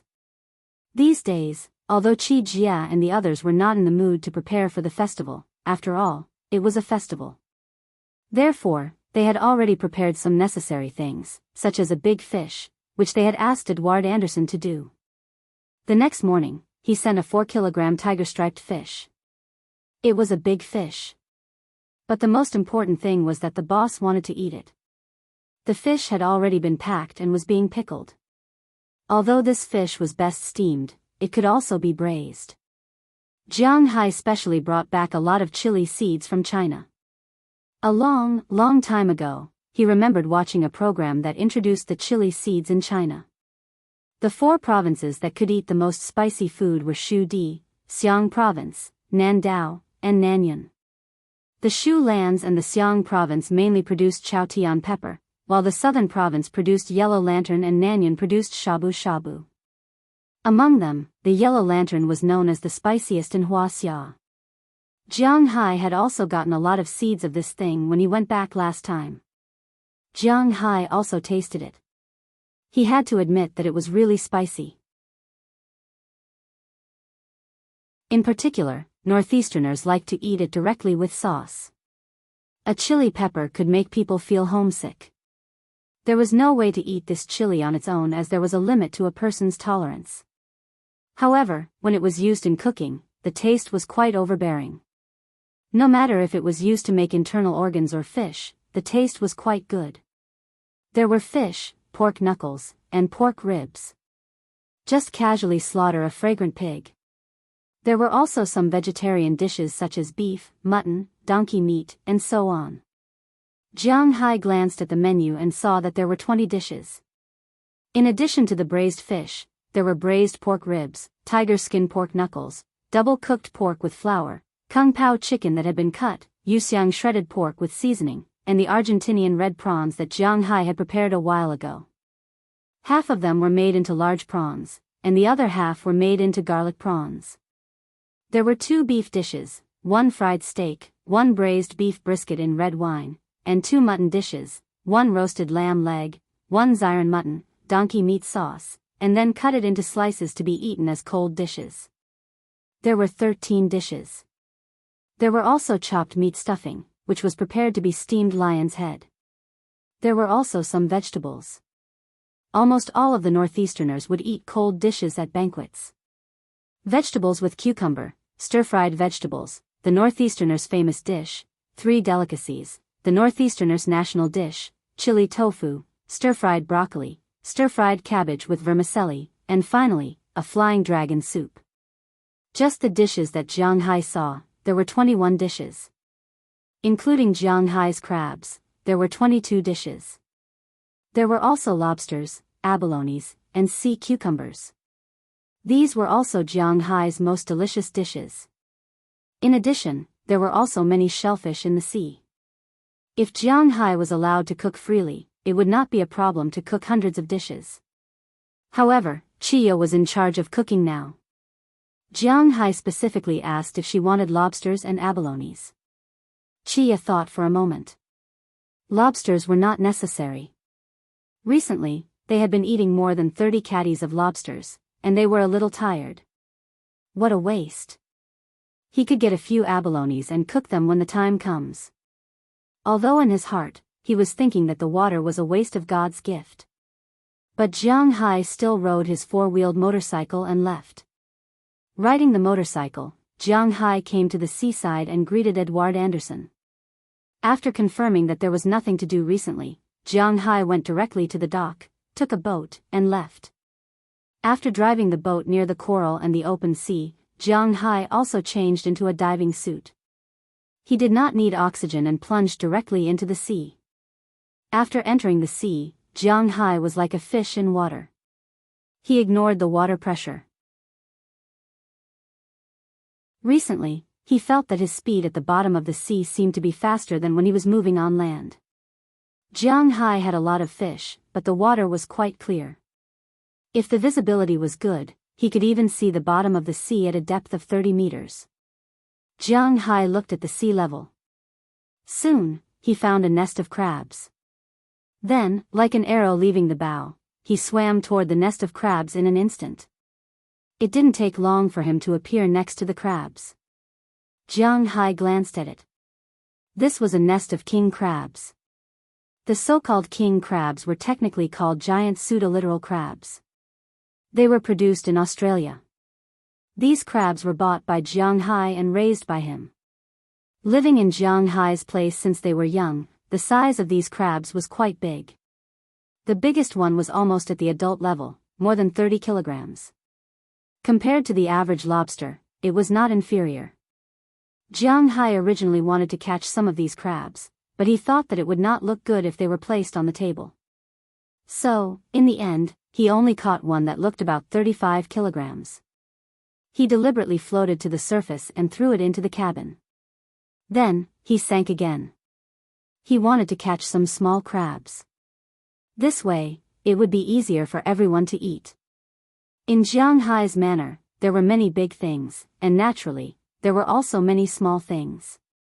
As he entered the coral reef area, many small crabs, abalones, sea cucumbers, small fish, and so on entered Jiang Hai's sight. Jiang Hai's eyes lit up. He instantly found his target this time.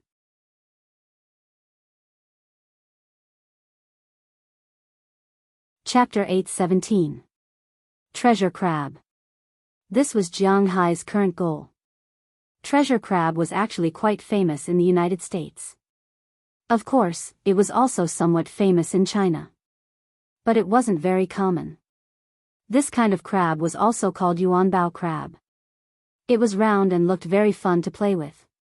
At the same time, this kind of crab tasted quite good, especially the meat yield. It was quite high. Ordinary blue crabs were not native crabs in the Atlantic Ocean. The meat yield was already very high as 15%. That meant that one caddy of crabs could produce 50 grams of crab meat. This wasn't a small amount. Ordinary swimming crabs had a meat yield of around 10%, but treasure crab had a meat yield of up to 24%. But this kind of crab was mainly produced in the Pacific Ocean. Jiang Hai was now in the Atlantic Ocean, so treasure crab shouldn't appear here. But just like the Argentinian red shrimp that should appear in the Antarctic, treasure crab appeared here. Jiang Hai had discovered these crabs a long time ago. But these crabs weren't many, so they couldn't be sold for money. But it was enough to eat. After confirming these crabs, Jiang Hai also snuck to their side. He started to catch them one by one. Generally, people who had never caught crabs before would easily be caught by the crabs. But Jiang Hai wasn't an ordinary person. With his reaction speed and experience, he wouldn't be caught by the crabs.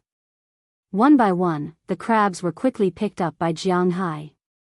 After all, the crabs were still alive in the sea. The meat of the crabs was quite plump, unlike the crabs bought in places far away from the coastline. The meat inside the crabs was a lot hollowed out. This was actually a very normal law of nature. After a crab was caught, it wouldn't eat anymore. What it consumed was the meat inside its body. But when the fishermen caught the crabs and sold them to the merchants wouldn't only sell them for a day. After a week, the crabs would become empty. No one could do anything about it. Not only in Wuxia, but also in the United States, people who didn't live by the sea couldn't buy good crabs. But then again, why did people in Wuxia eat crabs during the Mid-Autumn Festival? Actually, there was a reason for this. When did the custom of eating crabs during the Mid-Autumn Festival start? Jiang Hai was not sure, but he was sure that it must have been eaten during the Tang dynasty, because Li Bai once wrote a poem, "The crab claws are the golden liquid, and the dunes are the peng lai. You must drink good wine and get drunk on the high platform under the moon." Here, the crab leg was compared to a golden pill that could ascend to immortality. Su Shi of the Song dynasty was also a person who liked to eat crabs. He would not live up to his eyes until he reached Mount Lu, and would not live up to his stomach until he ate crabs. That was what he said. There was also an old saying that went, "When the autumn wind blows, the crab's feet itch." Therefore, he didn't know when it started, but every year after the beginning of autumn, it was a good time to eat crabs. The first festival after Liqiu was the Mid-Autumn Festival. However, according to Jiang Hai's estimation, the crabs that the ancients praised should be river crabs. Sea crabs didn't seem to be eaten by many people. But Jiang Hai didn't care about that. As long as there were crabs to eat, that was the happiest thing. After catching about 30 crabs, Jiang Hai began to look for the abalones. Jiang Hai had a lot of abalones, and they were all wild. They were all lying on the reefs and corals. Holding a small knife, one abalone was cut off. Jiang Hai naturally picked the biggest one. Soon, he got about 60 abalones and put them in the bag that he carried with him. He had to admit that Jiang Hai's abalones and treasure crabs were extraordinarily big. The biggest treasure crabs were 1.5 kilograms. Jiang Hai picked abalones that were more than 2 kilograms. That meant that 30 abalones would weigh about 70 kilograms. As for the abalones, Jiang Hai picked one that was more than 1 kilogram. Although 1 kilogram of abalones wasn't the standard abalone weight, it was still very scary. More than 60 abalones meant more than 60 kilograms. In total, it was more than 130 kilograms. If it wasn't Jianghu, it would be very difficult for ordinary people to get up. Carrying 2 huge bags, Jianghu swam to the side of the boat. Then, he threw the 2 bags onto the boat. After flipping onto the boat, he couldn't help but heave a sigh of relief. Although he could breathe underwater, he didn't know if it was a psychological effect, but he always felt a little suffocated. It was more comfortable to breathe on the boat. After taking off his diving suit, Jianghu wiped off the water droplets on his body. After changing into his own clothes, he quickly drove the boat to the dock. After putting the 2 bags of seafood and the huge king crab on the 4-wheeled motorcycle, he directly rode the motorcycle and drove towards his home. Not long after, Jianghu returned to his villa. Seeing that Jianghu came back with seafood, the women immediately welcomed him and began to help him clean up these things. In fact, the abalones and crabs didn't need to be cleaned up too much. After all, they weren't like ordinary shellfish. After ordinary shellfish were brought up, they needed to be cleaned up and then put in clear water to let them spit out mud. Otherwise, they couldn't be eaten at all. A mouthful of shellfish meat and half a mouthful of sand. How could they be eaten? Although abalones were also shellfish, because their meat was very big, it was mainly the problem of the shell. The internal organs and other things had to be thrown away when eating them. As for crabs, although they also ate mud, because they only ate the meat inside, it was still okay. What? Eating yellow? Actually, the sea crabs didn't have yellow anymore around mid-autumn. Sea crabs bred in April and May, which meant that they only had yellow then. They didn't have yellow in September. And river crabs had yellow at this time because they still had to abide by the rules of land creatures. They mated in spring and laid eggs in autumn. Therefore, eating sea crabs now was just eating meat. However, although these 2 things didn't need to be cleaned up to spit out sand, the abalones still needed to be brushed. The main thing was to brush off the dirt on the shell. This way, when it was cooked later, it would taste better. One had to admit that sometimes, it was easier to do things with more people. Under the efforts of Aphrodite and the others, the abalone's shells were quickly prepared. Looking at the time, Chia ordered everyone to start cooking together. Jianghu, go pick up Tarak. Looking at the busy crowd, Jialina, who was originally going to pick up Taraga, couldn't help but push this job to Jianghu. These days, Jialina came to pick up Tarak to and from school. Okay. In Winthrop, Jianghu wasn't afraid that someone would deal with him, so he responded with a smile. Although today was the Mid-Autumn Festival, the schools in the United States wouldn't have a holiday because of the traditional festival of the Wuxia, so Tarak still had to go to school. Hearing Jialina's words, Jianghu also stood up from the sofa, picked up the car key, and left home. Qi Jia and Chia were quite spoiled by Jianghu. In fact, Feng Yunxian and Ai Xiaoxi were also quite spoiled by Jianghu. In their opinion, what a man should do and what a woman should do were not the same. For example, cleaning the house, cooking, and the like. This was what a woman should do. A man shouldn't intervene casually. Jianghu was a lazy person. He liked their idea very much, so he usually didn't work if he could. But picking up people and so on, Jianghu was still very happy. Taking the car key, Jianghu got on his battle shield. Touching the car again, Jianghu was filled with emotions. In a sense, this car had saved him twice. If he had to say which car he bought the best, it was undoubtedly this one. The one he bought the most useless was the Rolls-Royce. Since he bought the car, Jianghu had driven it less than 20 times. It was really because there was no need to drive this car. Jianghu didn't go out to talk about business, and he didn't go out to show off. Besides, his battle shield was enough for him to show off. Moreover, he didn't have enough important guests to drive this car to meet. He was even considering whether to give this car to Zheng Jin. After all, she was now the general manager of his company. It was not too much to give her a good car. While thinking, Jianghu drove the car and quickly left the manor. He went to the only high school in Winthrop. When he arrived, he found that there were only a few minutes left before school ended. There were a lot of cars lined up in front of the school gate. Jianghu parked the car directly outside. But just as his car stopped, many car owners in front of him looked at him. But they just looked at him. Jianghu and they were not in the same dimension. However, they still heard about the storm that happened a while ago. Now that they saw Jianghu here, it meant that his matter has been resolved. Just as they were looking at Jianghu, the school bell rang, signaling the end of the school day. American high schools and Wuxia high schools were still fundamentally different. American high schools ended very early, and there was almost no tuition. Of course, if you joined the extracurricular activities club, that was another story.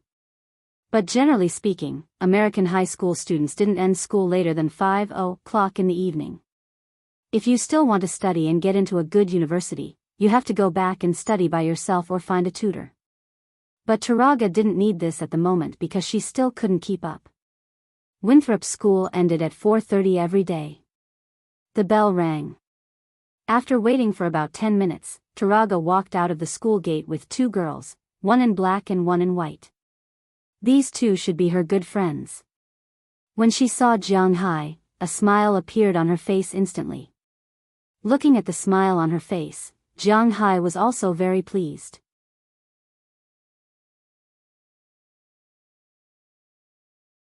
Chapter 8:18. The Mid-Autumn Festival banquet was like the dumplings they had eaten that day. The people in Jianghu's manor unknowingly grew closer. In the evening, Aphrodite and the others took the initiative to retreat, giving Jianghu to Jia, Chia, Ai Xiaoxi, and Feng Yinchen. It was said that absence made the heart grow fonder. Although Jianghu was full at Prawalton's, he always felt that something was missing in his heart. He had quite a lot of bad habits. He was greedy for money, lustful, and had all the shortcomings that ordinary men had. Just like he said, he was just an ordinary person who got lucky. However, he was human and had his own preferences. Just like an ancient king, he had plenty of women, but he also had his own favorite woman. At least for now, Jianghu's favorite people were Chia and Ai Xiaoxi. That night, the five of them played together until very late before going to bed. Reflecting the round moon outside, Jianghu hugged Ai Xiaoxi on his left and Chia on his right. To be honest, he was quite satisfied with his current life. Tightening his arms, Jianghu closed his eyes and fell asleep. After waking up the next day, Jianghu returned to his previous ordinary life. It seems that the trouble caused by Du Feynman has subsided at this time, but only Jianghu knows that his income has increased. This world is unfair, the poor people are getting poorer and poorer, while the rich people are getting richer and richer. This is the reality. Jianghu was not a saint. He was too lazy to change the world. He just felt that his current life was quite good. Wasn't that enough? He was so narrow-minded, but there was no one who was not selfish. He admitted that he did not have such great feelings. Compared to saving mankind, he preferred the current him. If he wanted to eat good food, he could eat anything he wanted. He could eat anything he wanted, be it flying in the sky, running on the ground, swimming in the water, walking in the mountains, birds in the clouds, cows and sheep on land, or seafood in the sea. He could eat anything he wanted. He was surrounded by beauties, and they all listened to him. Blue skies, white clouds, and a stress-free life. What was there to be dissatisfied about? Jianghu was very satisfied. He was very satisfied with the current world and his current life. In the next few days, Jianghu's life was just like it was now, quiet and full. Jianghu's manor was also gradually changing. The outermost wall of the manor had already been built. In other words, the expansion of the manor was complete. As the weather turned colder, it was obvious that Jianghu's land was different from the land he had just annexed. Jianghu's original manor was still lush and green. The grass was still growing. Even though the temperature outside was only over 10 degrees, the grass did not show any signs of yellow. It was still green and still growing. However, the newly annexed grasslands had already started to yellow and dry up. Jianghu was waiting for this moment. In October, Jianghu and Robbins Garcia also started their own plan. They used the machinery in the manor a week in advance to dig a fire trench around the grasslands. The so-called fire trench was actually just a trench. This trench was about 1 meter deep and 1 meter wide. It was to prevent fire from reaching it. Then, taking advantage of a cool autumn day, Jianghu lit up the newly annexed grasslands that had completely withered. This was his plan. Jianghu had said before that he was going to plant emperor bamboo grass and alfalfa. However, the original grass here could not be abandoned at any time. Jianghu's cows would not eat if they were fed directly to the cows. Therefore, instead of letting them occupy this place, it was better to burn it directly. Then, the grass would turn into ashes and nourish the earth. Of course, the weeds could not be completely burned because as long as a grass root was not burned to ashes, the grass would grow again next spring. However, would Jianghu give them a chance to grow? The emperor bamboo grass and alfalfa could not only be used as pasture, but they could also be used to control weeds, especially on the pasture that had been nourished by Jianghu's aura. Phew, boss, this scene is really spectacular. Looking at the flames rising like a fire tornado in front of him, Robbins Garcia, who was standing on the other side of the fire trench, couldn't help but smile at Jianghu. To be honest, he rarely saw such a scene. This was because in the United States, almost no one would burn grass. This was because the grass produced in the United States was also pasture. It's just that it wasn't the best kind of pasture. This kind of grass could also be sold for money. Usually, when people raise cattle and horses, these grasses were not enough to eat. Every winter, they would buy grasses to feed the livestock. Who would be like Jianghu, who would directly burn these grasses? These grasses can't create wealth for us. Have you contacted the seeds of the alfalfa and the emperor bamboo grass that I want? Looking at Robbins Garcia's pitiful gaze in front of him, Jianghu said with a smile. Now, the pasture in his manor could not be finished no matter how much he ate, so he did not feel pity for these grasses. I've already contacted them. When spring comes next year, we can plant them.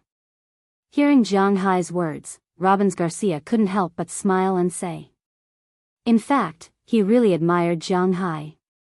He had stayed here for long enough, so he naturally knew the situation of this original green forest manor. But Jianghu was like a miracle man. Since he came, everything here had changed. Originally, the pasture could only raise ordinary cattle, but now, it could raise the best beef cattle. The fish that was originally just an ordinary fishery was now the best in the world. Even the originally inconspicuous grassland was now turned into a money-making thing by Jianghu. Jianghu, in his eyes, was truly a miraculous person. His existence had changed everything around him. Robbins Garcia, who followed him, was naturally a person who changed. The first thing that changed was his economic situation. Robbins Garcia was very clear about how hard it used to be a cowboy. But after Jianghu came, his cowboy career became the most profitable profession in the area. The second thing that changed was their social status. In the past, the cowboy did not have a high social status. But now, in Winthrop, although Robbins Garcia's words might not be as effective as Mayor Wallace's, they were definitely more effective than the ordinary town staff and some famous people. This was his change. With money and a higher social status, what reason did he have not to work hard for Jianghu? Hey, this is a lot of money. We can't make any mistakes. Hearing Robbins Garcia's words, Jianghu touched his nose and smiled. Like he said, he was definitely going to make a profit. The fire burned for 2 days and 1 night. It gradually died down in the evening of the 3rd day. The extinguished pasture was like the end of the world. Everything was black and gray, and the whole world smelled different. This was because the fire not only burned the grassland, but also the insects in the grass, the hidden rabbits, and the pheasants. The fire had burned them all. Although Jianghu and the others deliberately searched the area before burning it, this place was very big. There were bound to be some fish that escaped the net. The most important thing was that there would definitely be a lot of rats here. This was inevitable.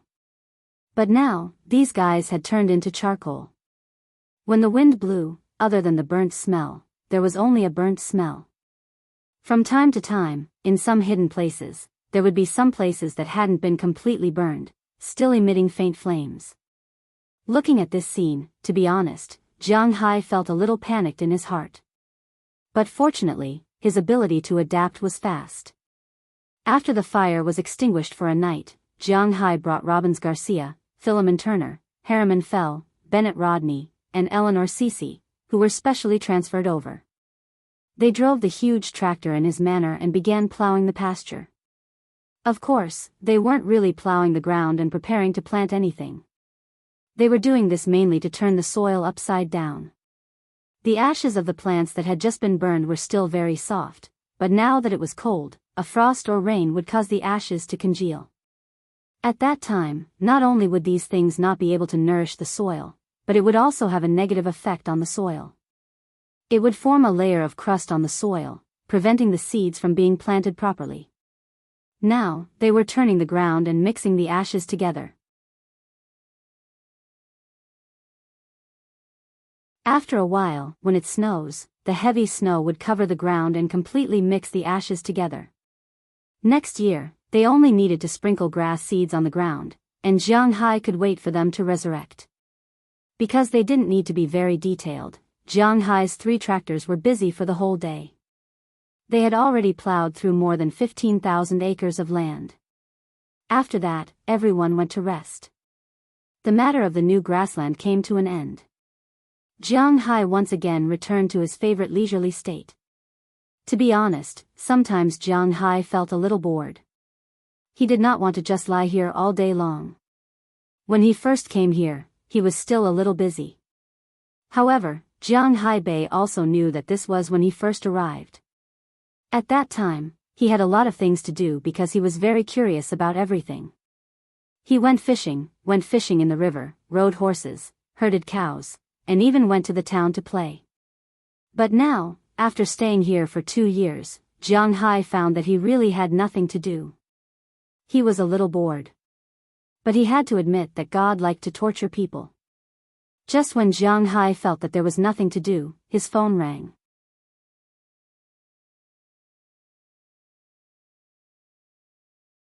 Chapter 8:19. Hello, Chili, why are you calling me at this time, what's the matter? Looking at the caller, Jianghu couldn't help but be a little puzzled, because it was just past 10 o'clock in the morning. He had just walked around the manor and had breakfast. There was a 13-hour time gap between the Eastern American time and the Imperial Capital time, which meant that it was already 11 o'clock in the middle of the night in the Imperial Capital. At this time, Chili would usually be asleep. Since she reached some agreements with Jianghu, Chili was relieved a lot. She wouldn't be too busy with her career and ignore her health.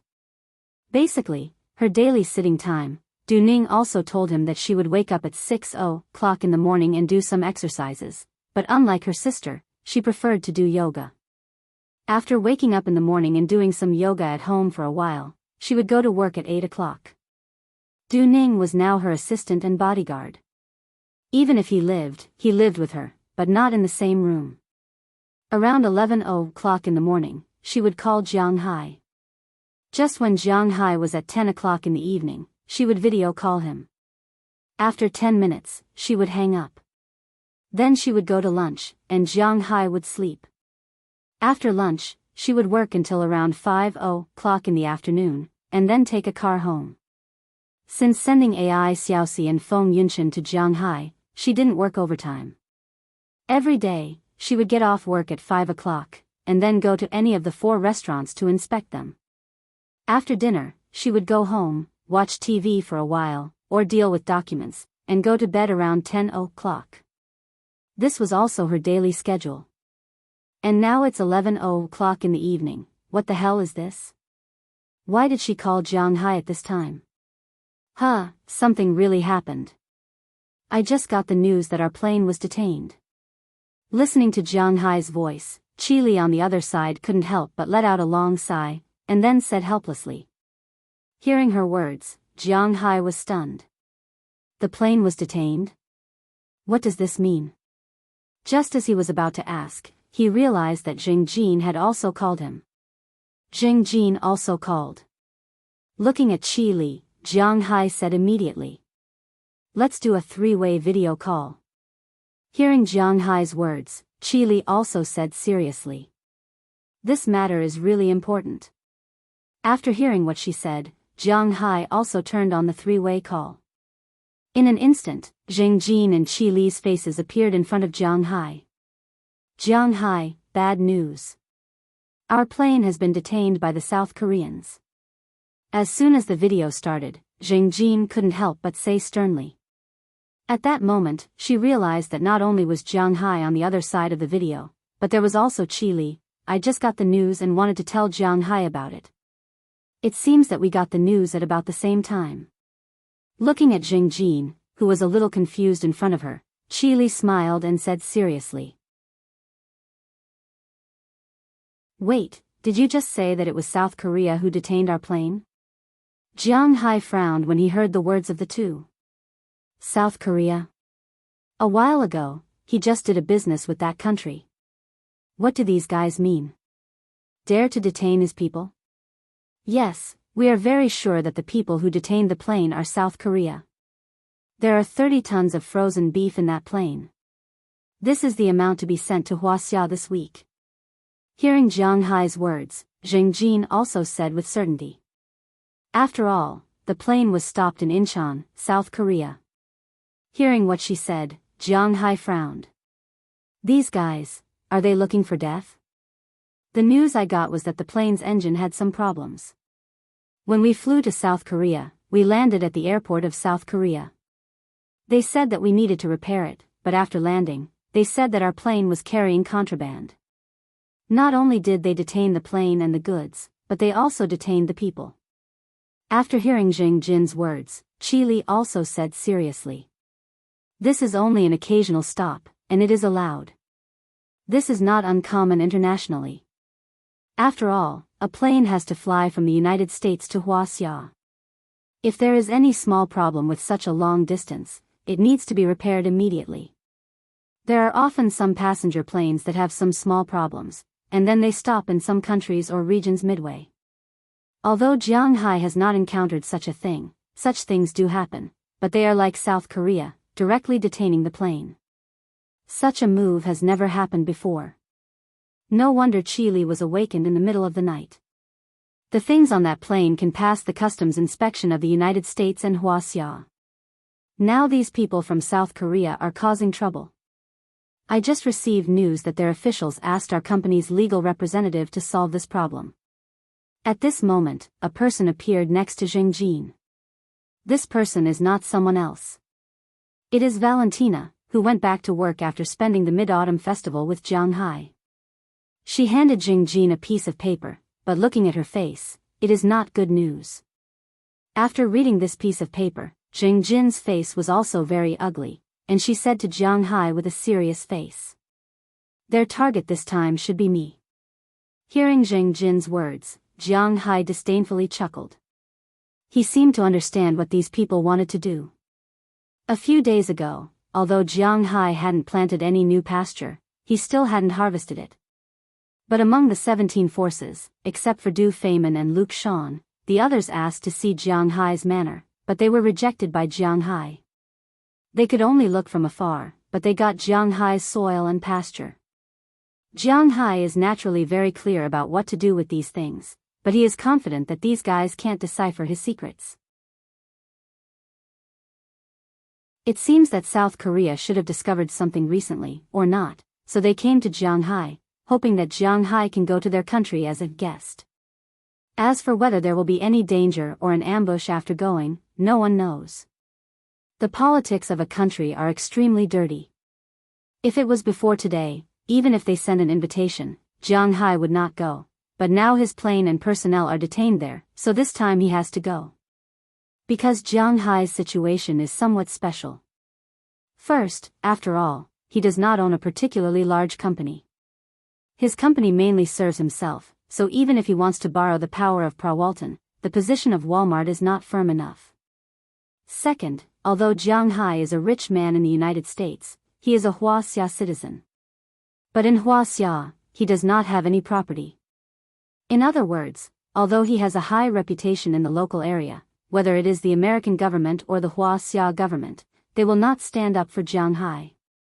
In such a case, Jianghu can only rely on himself, or give up the plane's cargo. But to be honest, Jianghu is not the kind of person who will swallow his loss. Jianghu, you shouldn't go.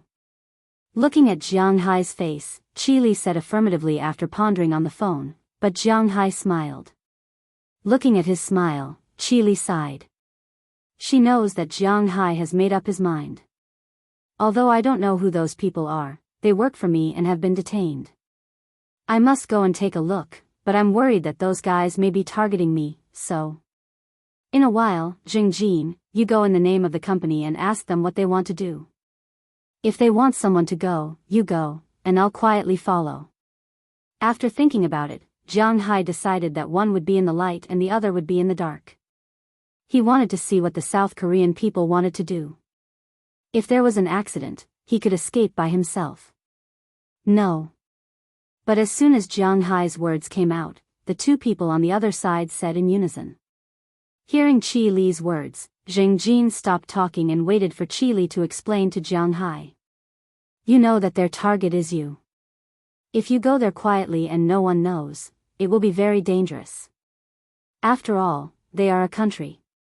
Although they are not like some closed countries where no one knows what happened, if they want to make trouble for you in their own country, you can't escape. So if you want to go, you have to go brazenly. Go there with gongs and drums. You have to make this matter known to everyone. Then you go there. In this way, they won't dare to do anything to you in private. Looking at Jianghu's puzzled look, Qi Li also explained to him. Hearing Qi Li's explanation, Jianghu also patted his head. That seemed to be the case. No matter how strong he was only one person. If those people wanted to play tricks on him, even if he could escape, he would still be in danger.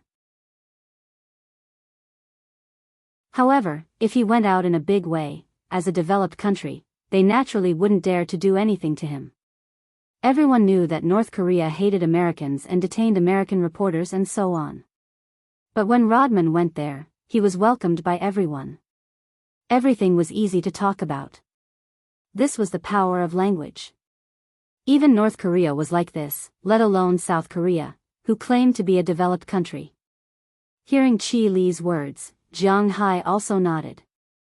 Indeed, in this regard, Qi Li knows more than him. Okay, then send it in my name and ask them what they want to do. Looking at the two women in front of him, Jianghu said seriously. Then how do we make this matter big? Seeing that Jianghu agreed, Qi Li also breathed a sigh of relief, but then she asked with some depression. After all, she knew very well about Jianghu's situation in the United States. In terms of influence, Jianghu is only limited to Winthrop and Boston. His influence in Massachusetts is not big. How to make this matter big is a very troublesome matter. But hearing this, Jianghu smiled. Because for him, it is not too troublesome to make this matter big because he also has his own resources.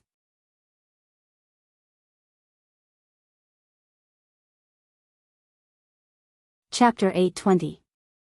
Welcome to XXX Evening News. Below is a piece of news from faraway Asia. According to our reporter's understanding, yesterday morning, a transport plane from our country to Wuxia stopped at South Korea's Incheon International Airport because of a malfunction. However, it was detained by the South Korean authorities. After our station understood the situation, we immediately consulted the South Korean authorities. The South Korean authorities said that they detained the plane because they received news that there were contraband items in the plane. Based on this point of view, we can ask our country's experts whether the actions of the South Korean authorities comply with the laws and regulations. Almost at 7 p.m. the next day, all the TV stations, as long as they were broadcasting news, reported about the detention incident. Of course, don't think that this was because it was good news material for the United States. In fact, it did not matter whether this news was broadcasted or not. The reason why all the TV stations reported it was because Jianghu had called someone. This person was called John Malone. At the same time, he had paid 100,000 tons of fodder. If not, do you think these capitalists would help him? And the reason why John Malone was able to help Jianghu was because of this old man. Speaking of John Malone, in fact, most people did not know who he was. Even if they had some understanding of him, they would only know that he was once a shareholder and general manager of a cable television company. Later, he became the largest landlord in the United States. More people knew about him through a book written by the media tycoon, Rupert Murdoch. His biggest characteristic was that he kept a low profile. In fact, he was not worse than Rupert Murdoch.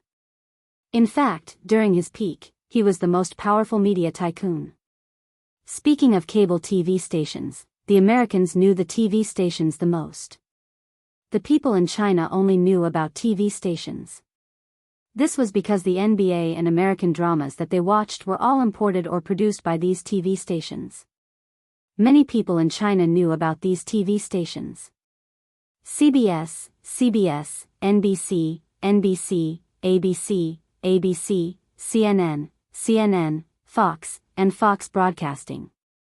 These five were known as the top 5 broadcasting companies in the United States. But in fact, Jianghu wanted to say that these 5 broadcasters were just the tip of the iceberg. In the United States, the biggest radio and television company was called Comcast. The biggest internet service provider was called AT&T, Comcast, Time Warner, and Viacom were the true giants of the television industry. They were the 3 largest media companies in the United States, but now there were only 2 left. Last year, Comcast had merged with Time Warner. Before the new era, Time Warner was not considered the top 2. In that era, the largest company was still Comcast, but the second largest was TCI, and the third largest was Media One. Speaking of which, it was all thanks to AT&T. It was precisely because AT&T's subsidiary company had merged with TCI in 1998 and Media One in 1999 that Comcast was able to take advantage of the loopholes. It acquired AT&T Broadband for $72 billion and became the most powerful company in the industry. As for John Malone, he was the boss of TCI. He had turned TCI into the second largest broadcasting company in the United States. Although it had been acquired, his influence and power were still there. Not only did they give him a huge sum of money, but his words also carried a certain amount of weight in Comcast. He said that he would pay attention to this news. So tonight, all the TV stations broadcasting the evening news were paying attention to this incident. It could be said that the South Korea government did not expect this. Almost everyone in the world knew overnight that South Korea had detained a plane from the United States Tinglong Company to Wuxia. The plane was filled with the best beef, and the estimated price was $26,455,200. This price was not inflated. Jianghu's price was $400 per pound of beef, which was 30 tons. It had been detained for a day. The legal representative of the Tinglong Company said that if the beef went bad, he would sue the South Korea government and ask for compensation. Of course, they would not pay the price, but according to the retail price and the contract price with the restaurant in Wuxia. At the same time, in order to solve this problem, the legal representative of the Tinglong Company, Mr. Jianghu, would also go to South Korea. This was a ruthless move. Almost as soon as the news was broadcasted, the South Korea government was stunned. They detained Jianghu's plane because they were hot-headed. They felt that this might lead Jianghu to South Korea. When that time came, Jianghu would be at their mercy. Even if Jianghu did not dare to come, they could only suffer in silence. Just as they thought, Jianghu did not have the power to go against a country. His good friend, Du Feynman, and the others also did not care about South Korea's matters. So, in their opinion, if Jianghu was smart, then they could only pinch their noses and admit it. If he was not smart, then he could not blame them.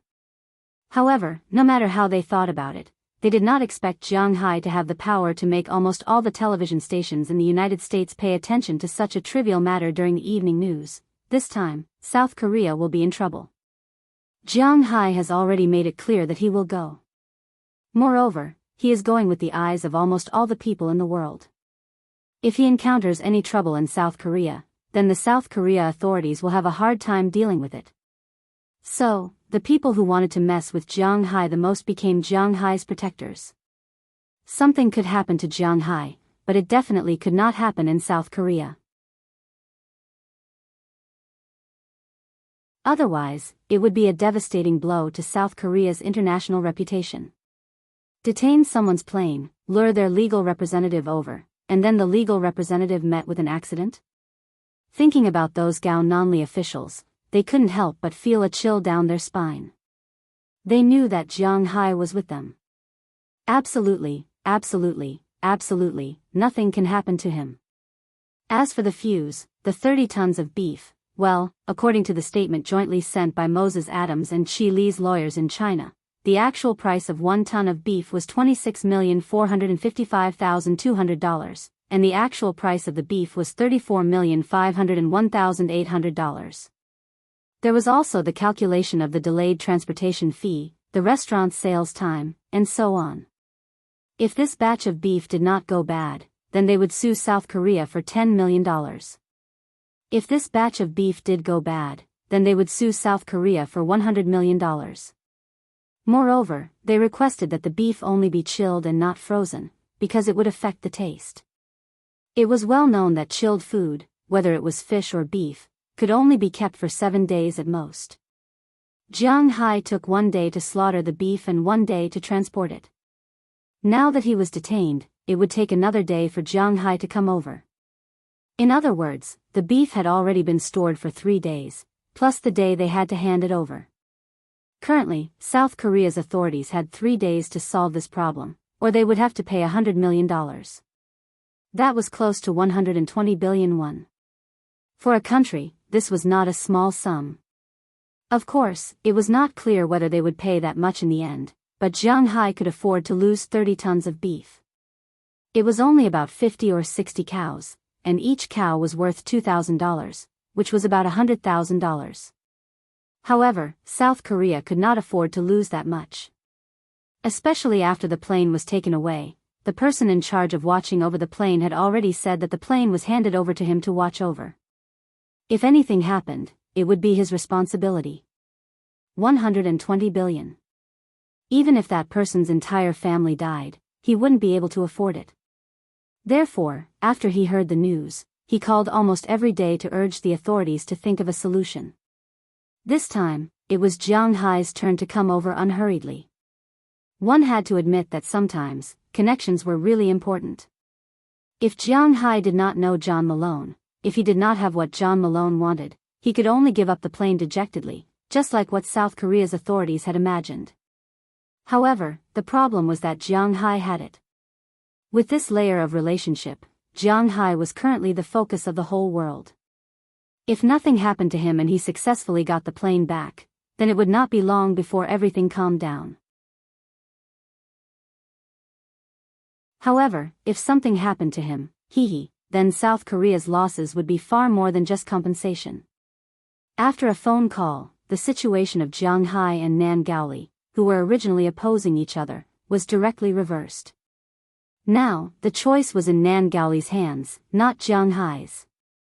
Of course, Jianghu himself would not easily put himself in danger. After communicating with Qi Li and Jing Jin, the next day, Jianghu took Azalina, Galina, and Hua Lizi, as well as Cheryl Li, who he specially called over. They chartered a commercial passenger plane and flew to South Korea. Jianghu, whether you believe it or not, this matter really has nothing to do with me. I'm just a messenger, that's all. Sitting in the spacious passenger plane, Jianghu looked around. This plane was chartered by him, but he now wanted to buy one. He just asked, and a plane was only tens of millions of dollars. Of course, he was not referring to a big plane. He was not short of money now. But unlike Jianghu, who was relaxed, Cheryl Li was really nervous now. Sitting next to Jianghu, this was the 13th time she had explained that she had nothing to do with this matter. I know that you don't have so much power to do this. The reason why I brought you this time is firstly because you set up the line over there. You have to know what happened. Secondly, it's also because you told me that you would be my tour guide. Looking at Cheryl Lee's appearance, Jianghu couldn't help but smile. It seems like this girl was scared to death.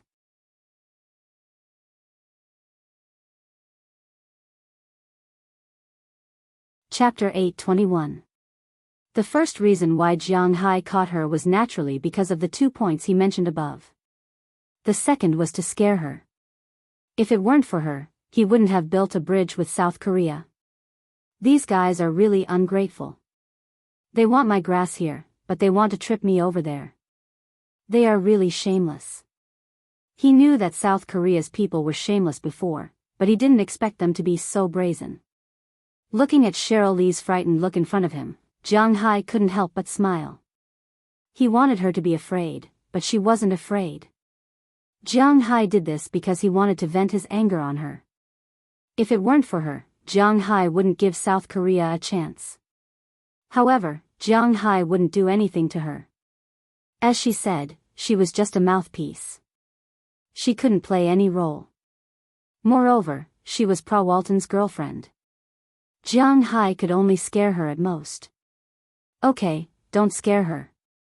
She has slept with you so many times. Even if she didn't take credit, she still worked hard. Moreover, she was the one who tipped me off about Pra Walton last time. Watching Jianghu scaring Cheryl Lee, Azalina, who was sitting next to him and watching Wallace fiddling with the data, glanced at Jianghu and said to him. Hearing her words, Jianghu also shrugged, then looked at Cheryl Lee in amusement. This girl is really interesting. Don't worry, after arriving at South Korea, I will definitely be a good guide. Hearing Jianghu stop talking, Cheryl Lee couldn't help but let out a sigh of relief. Then she said to Jianghu with a serious face as if she was expressing her determination. Hearing her words, Jianghu also nodded with a smile, then continued to drink the juice in front of him. After flying in the clouds for a long time, the plane arrived at its destination, Incheon International Airport. After getting permission to land, Jianghu's private plane also slowly descended from the clouds. He could see the South Korea Incheon International Airport in the distance. Looking down through the clouds, Jianghu also saw a rather crowded area in Luzai. This was quite different from the airports in Wuxia and the United States. There were not many buildings around the airports in Wuxia because most of the major airports were built outside the city. But in South Korea, to be honest, they don't have much land to build an airport. Their capital, Seoul, does not have an airport. If they want to take a plane, they must come to Incheon. After all, South Korea only had a total of 100,000 square kilometers of land, while their population was 56 million. They don't have any specialties, their economy is not particularly developed, and their military is even worse. They might not even be able to defeat North Korea. However, such a country is always clamoring that they are the Republic of Korea. Everything good in the world is theirs. Even the universe is theirs. Well, their national pride is a bit unbearable. In the past, Jianghu was also a keyboard warrior. In the world of keyboard warriors, there are 2 countries that he hates the most. One is Sakura, and the other is South Korea. They are also the only 2 countries on this planet that can be compared to shameless. With a slight tremor, the plane landed on the runway of South Korea's Incheon Airport. After that, the plane went to the nearby parking lot and connected to the covered bridge. Jianghu and his team got off the plane. At present, Jianghu's team has a total of 12 people. In addition to Jianghu, Cheryl Lee, Azalina, Galina, and Wallace, there are 7 other people. But 5 of these 7 people are from the Tinglong Company, and 2 of them are hired bodyguards to protect these 5 people from the Tinglong Company. These 5 people were sent by the Tinglong Company to negotiate with the South Korea government.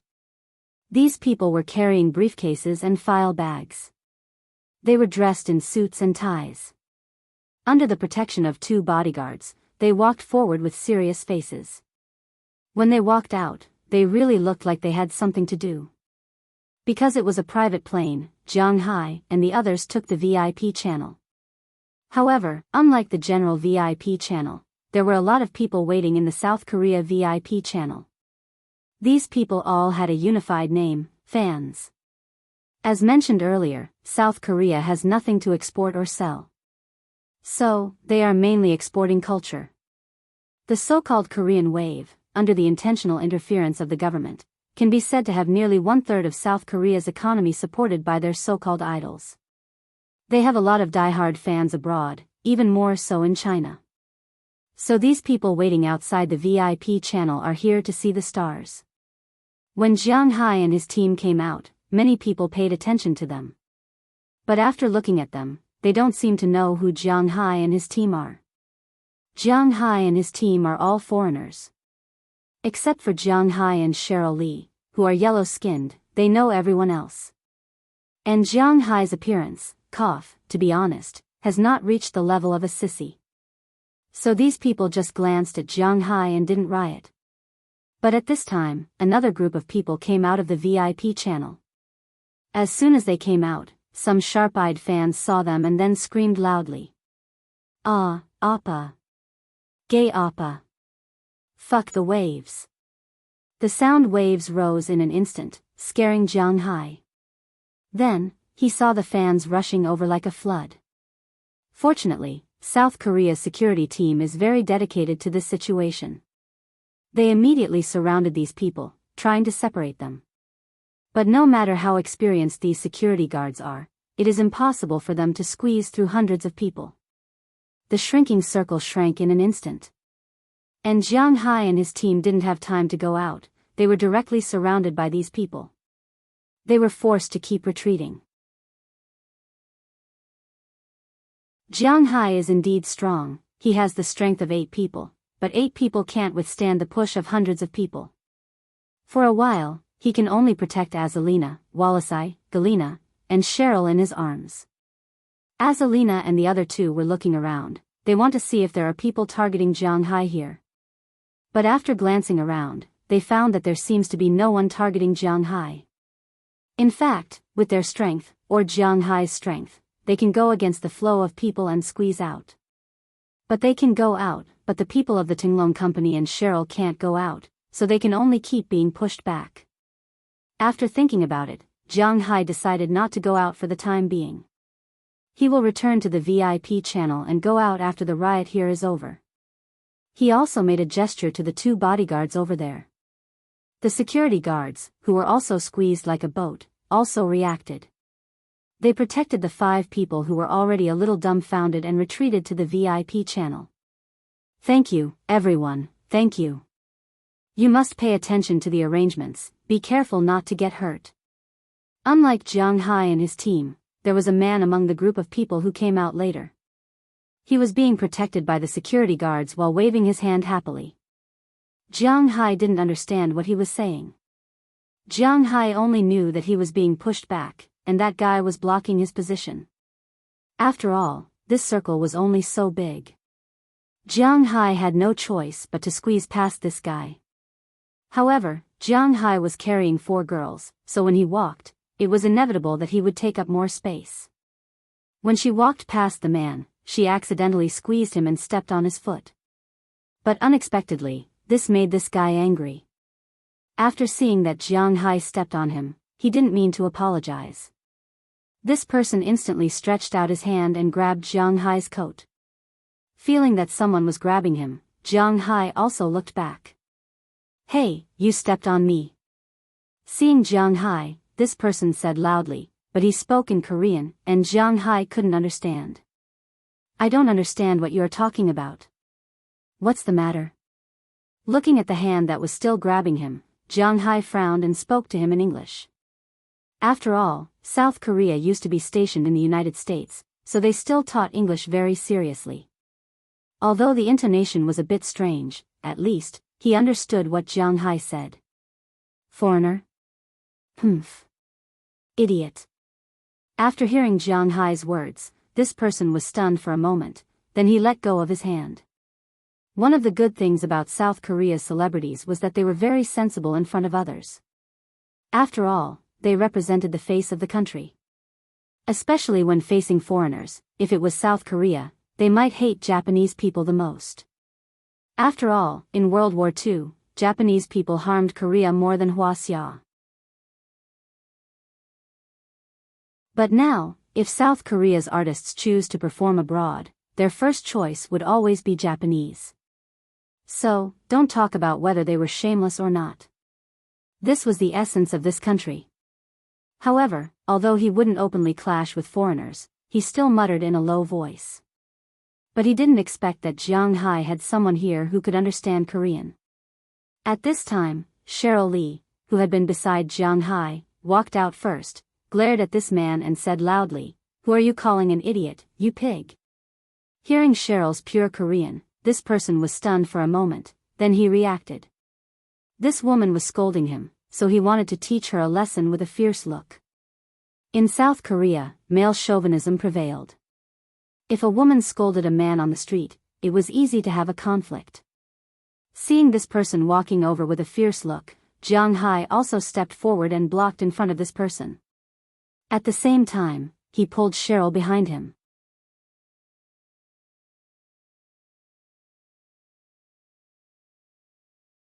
Chapter 8:22. Looking at Jianghu who stood in front of him, this person couldn't help but feel a little weak.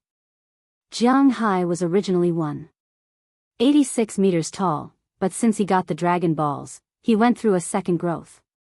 Now he is 196 meters tall. His weight is 115 kilograms, which is 230 kilograms, but it's not very obvious because it's all muscle. In addition, he likes to eat beef, so it's not like the traditional streamlined muscles of Wuxia, such as Bruce Lee's. His muscles are very big, but they are somewhat similar to those of European and American people, but not the kind that uses protein powder. His arm is thicker than his head. Jianghu's arm is indeed not thin, but it's not thicker than his head. Speaking of which, it's a bit like Gwa de Statham or Baldy Diesel, but his body is still a lot stronger than ordinary people. As soon as he walked in front of this person was a little scared. This person's height is about 1.8 meters, which is half a head shorter than Jianghu, and his body is also 2 times smaller. In addition, Jianghu is a foreigner, so he is also a little embarrassed. At this time, there are also some sharp-eyed fans who noticed the situation in the encirclement and couldn't help but feel a little excited. At this time, a man wearing glasses walked in front of this person and whispered to him. This person glanced at Jianghu and was about to leave, but Jianghu won't let him go easily. "Kid, aren't you very arrogant? Why are you leaving?"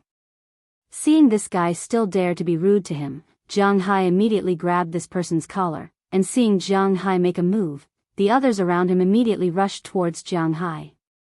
Of course, they didn't come here to fight, but to separate Jianghu and the others, but the people behind Jianghu are not to be trifled with. Azalina, Galina, Hualizi, and 2 bodyguards almost made a move at the same time, but unlike Azalina, Galina, and Hualizi, these 3 people directly defeated their opponents in an instant, while the other 2 people just fought with their opponents. Although they have the upper hand, they didn't solve the problem so quickly. Kyo seems to be beaten. Seeing the people in the circle seem to have made a move, some fans also shouted at this time. As a result, more than 100 people outside seem to have gone crazy. They rushed into the inner circle crazily. The security guards there couldn't stop them anymore. But at this moment, suddenly, several black cars came from a distance and stopped outside these people. Then, a group of men in black jumped out of the car and quickly ran to the crowd. While separating the crowd, they escorted a middle-aged man into the inner circle. The fans on this side were originally very agitated, but after these people joined in, they instantly forced themselves to calm down. This was because the person in the lead had already revealed his gun when he separated the crowd. Although there were hundreds of fans and they were all very brainless, they were not so brainless that they would send themselves to their deaths. The people in front had calmed down, and the people behind had also been forcefully pushed aside. This made the security guards breathe a sigh of relief. If there was a stampede here, they would also be responsible for it. The middle-aged man didn't care whether these security guards were relieved or not. When he saw Jianghu standing there intact, he was the most relieved person. Under the escort of the men in black, he walked into the circle of these security guards and came to Jianghu with a smile on his face. He bowed without saying a word, completely ignoring the man who was still being pulled by Jianghu by the collar. "You are here, we just went to the airport to pick you up, but after arriving, I learned that the tower gave you an order to come out personally. I'm really sorry, I'm very sorry." Looking at Jianghu, the middle-aged man said to Jianghu with a smile on his face. Hearing his words, Jianghu frowned. It seems that this is the person who came to pick him up. Although Jianghu doesn't know this person, the man in Jianghu's hand is very familiar with this person. This was because he often saw this person on TV. This person was an absolute high official on the second level of the pyramid in South Korea. At this moment, he was quite confused.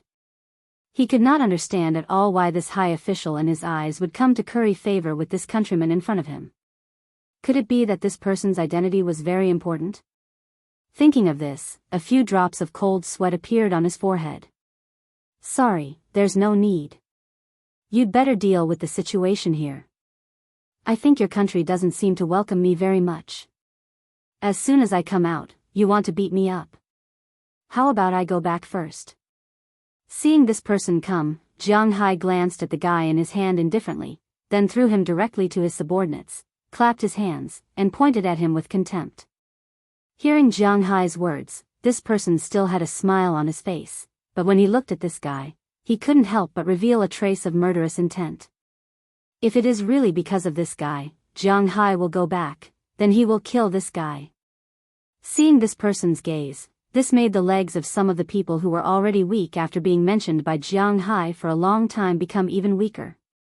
The reason why he glared at this guy was mainly because that batch of goods was actually seized by him. When he detained the money, it was naturally an order from the higher-ups. However, when Jianghu turned the tables, the people from South Korea abandoned him and told him that this matter had nothing to do with South Korea. South Korea would participate in the negotiations, but if he really wanted compensation, then he should pay for it himself. $100 million, 120 billion won. Even if this person was not a bandit, he still couldn't come up with that much money. If he really has to pay so much money, then he will really have to die with this guy. Don't worry, no one will not welcome your arrival. I will take care of these small matters for you. I haven't introduced myself yet. My name is Li Shihui, and I'm mainly responsible for all the affairs of your visit to South Korea this time. After glaring at this guy, the man said with a smile. Hearing what he said, Jianghu also smiled, then waved to the crowd and walked out of the crowd. Seeing Jianghu walk out, the men in black naturally formed a path for Jianghu to pass. On the other side, Li Shihui naturally followed with a smile on his face. He was afraid that he would make a move that would annoy Jianghu. Those who were in conflict with Jianghu also stopped at this time and watched Jianghu leave the crowd. After Jianghu and the others got in the car, a man in black walked over from a distance and waved at the guy and his manager who were still in a daze. The two immediately left the fan group and got into a car. The man then got into another car. After getting in the car, the atmosphere in the whole car was quite cold. I'm really sorry for causing trouble for you. It had to be admitted that the people of South Korea were quite flexible, especially this male artist. As soon as he saw that the atmosphere was not right, he immediately lowered his head and admitted his mistake. Li Xingji, right. If you want to apologize, don't say it to me, because you didn't offend me. That man is a distinguished guest of our South Korea. I see that you are also a well-known artist here. If you don't get his forgiveness before he leaves South Korea, then don't blame us. Looking at the guy in front of him, oh no, it's Li Xingji, a trace of anger flashed in the eyes of the man in black. What a joke, his fate and Li Shihuai's fate are connected. If Li Shihui is finished, then he is finished. No one knows better than them about Jianghu's position in their hearts now. I understand. Please tell me about that honorable guest. As soon as he heard this, Li Xingji knew that he stepped on a landmine this time, but fortunately, the great reputation he made at the beginning still has some effect, and there is a chance. That person is called Jianghu, Wuxia, and he is currently opening a manor in the United States. Hearing his words, the man also said very plainly. Ah. A Wuxia man, opening a manor in the United States? That. Hearing this, Li Xingji was dumbfounded. Whether it was in Wuxia or Korean customs, a cattle breeder wasn't considered a social celebrity. How much money could a cattle breeder have? Why did the domestic leaders pay so much attention to him? Don't think of him as an ordinary manor lord. What he earns in a year is more than what you can earn in 10 lifetimes. Let me tell you, let's not talk about his beef and fish. Just the grass he sold a few days ago, he earned $2 billion in 1 year. He's here this time because of some political matters. If you dare make him unhappy, we'll make your family cry. Looking at Li Xingji's eyes, the man in front of him naturally knew what he was thinking. It seemed that Li Xingji hadn't been beaten enough. So, the man was about to reveal a little information about Jianghu. After hearing what he said, Li Xingji was indeed dumbfounded. $2 billion from selling grass.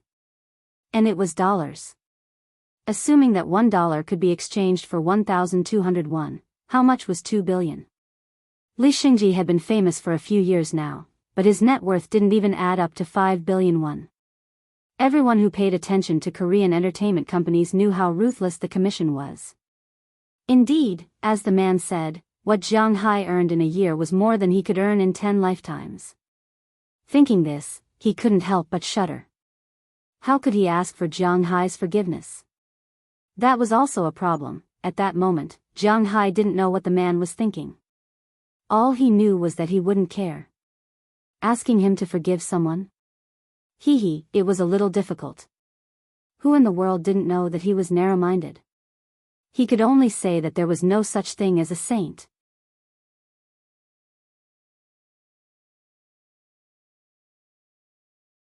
Chapter 8:23. Now we're going to Shilla Hotel. I've booked a luxurious suite for you. It's also the best hotel in Seoul. I hope you can have a good rest. After getting into the car, Jianghu and the others were pulled by these people to their destination. Maybe it was because they were afraid of Jianghu, but the person in charge of receiving Jianghu was very careful. Of course, Jianghu didn't know that if the negotiation didn't go well this time, the person in front of him would have to pay the $100 million. It would be strange if he didn't curry favor with Jianghu. Oh, okay. Hearing his words, Jianghu nodded and said calmly. Then he began to look at the night scenery outside. Incheon wasn't too far from Seoul. There were 2 airports in Seoul. One was Gimpo, but it only flew to Seoul.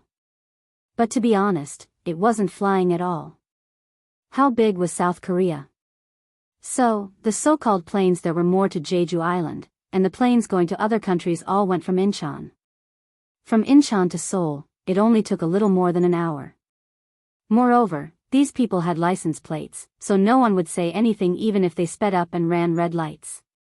After getting off the highway, they arrived at the capital of South Korea, Seoul Special City. In fact, for Wuxia people, they were more used to calling this city Seoul. But South Korea's pride didn't allow them to call it Seoul, because Seoul could be considered an ancient name. At that time, the capital was Pyongyang. Korea was different from Wuxia. Wuxia had a large territory and a long history. There were many places that could be used as the capital. The capital, Nandu, Sidu, and even Ryukong used to be the capital, but Korea couldn't. Since ancient times, Pyongyang was the capital of Korea. Although Seoul was also very important and was known as one of the 3 capitals, it wasn't that important. It was just a city. It wasn't until 2005 that Seoul officially changed its name to Seoul. This city could be said to be one of the most crowded cities in the world. Jianghu already learned that South Korea has a total of 30 million people, and Seoul has 10 million people. In other words, There are 10 million people living in this city, and there are also many people who live in other places but work in Seoul. It could be said that this capital supported 2/3 of the people in South Korea. This was no joke. Because of this, the periphery of the city was very large. Not long after they got off the highway, Jianghu saw a lot of buildings. Cheryl Lee sat beside Jianghu and introduced Jianghu to the nearby scenic spots. She also told Jianghu what was fun and delicious in South Korea. She knew that Jianghu was interested in these things, so she tried her best to explain. Li Shihui on the opposite side wanted to speak several times, but he couldn't get a word in. Jianghu naturally saw the scene, but he wasn't kind enough to help this guy out.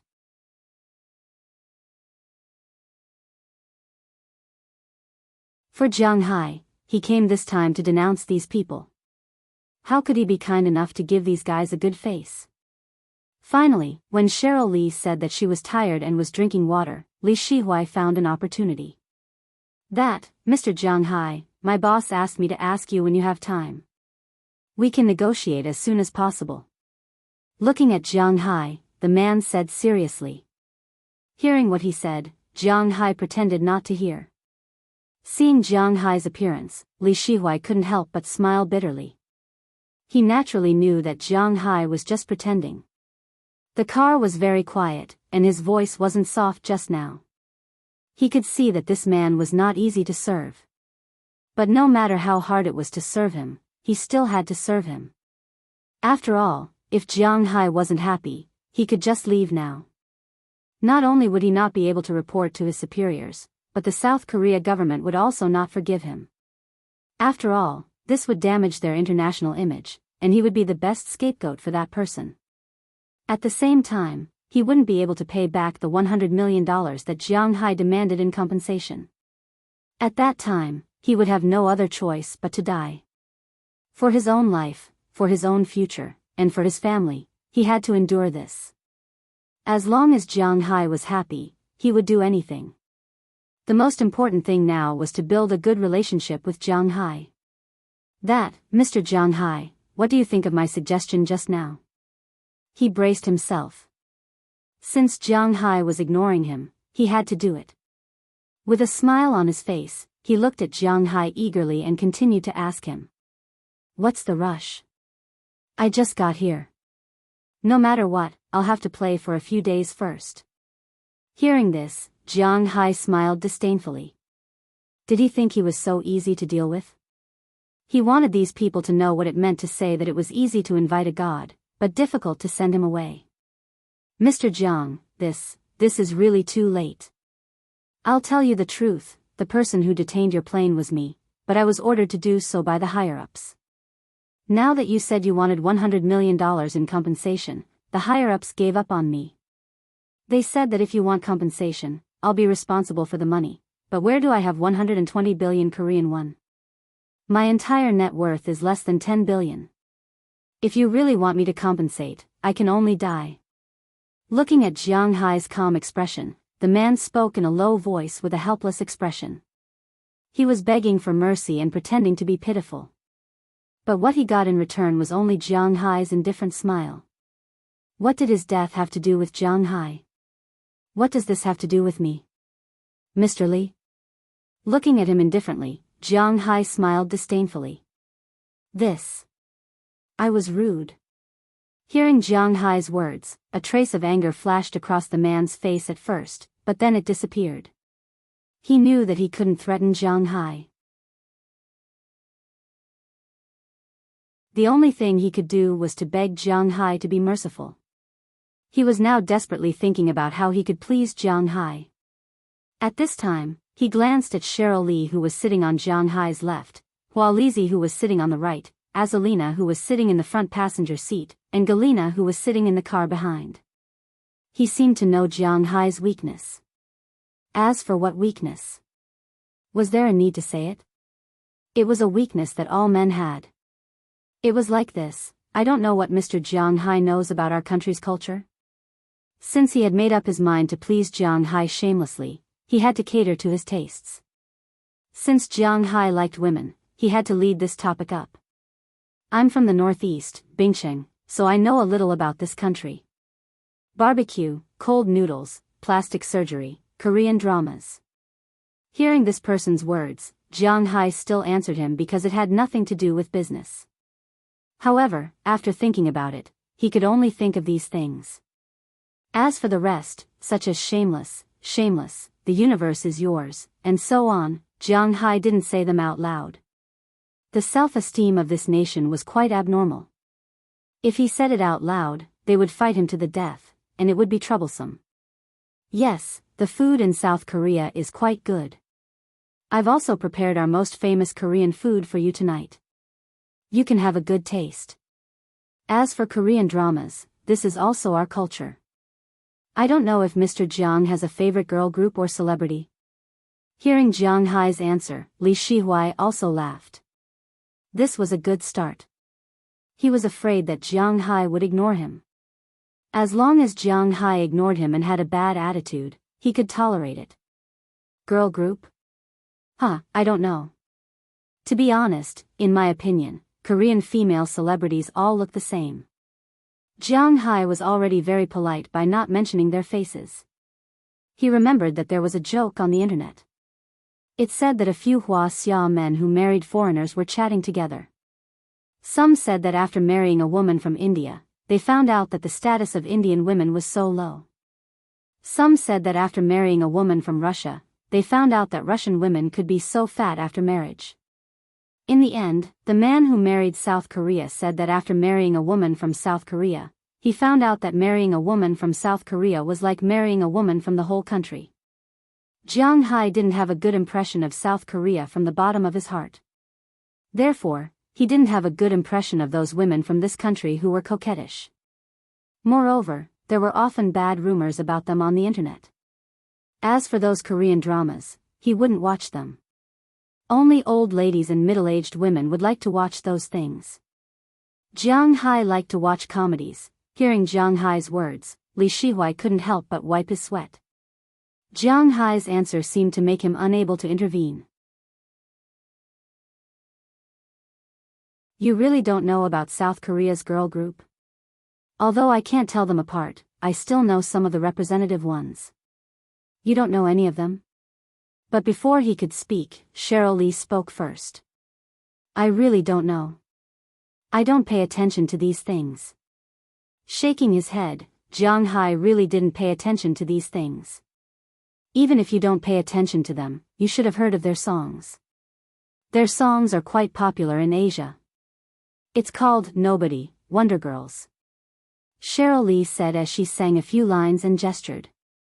Oh, I know this song, but those people are a little ugly. Jianghu thought for a moment. He had indeed heard this song. After all, it was really popular at that time. It was played in the streets and alleys. Jianghu also heard it, but he didn't know how to sing it. Che, I remember that song is also very popular. It's that Jejejej. Girls' Generation. Hearing Jianghu say this, Cheryl Lee couldn't help but look at Jianghu contemptuously, then gestured there. Oh, I know this too, but I didn't look carefully. Do they all look the same? Hearing this music, Jianghu also clapped his hands. He also remembered this, but he couldn't remember what those singers looked like.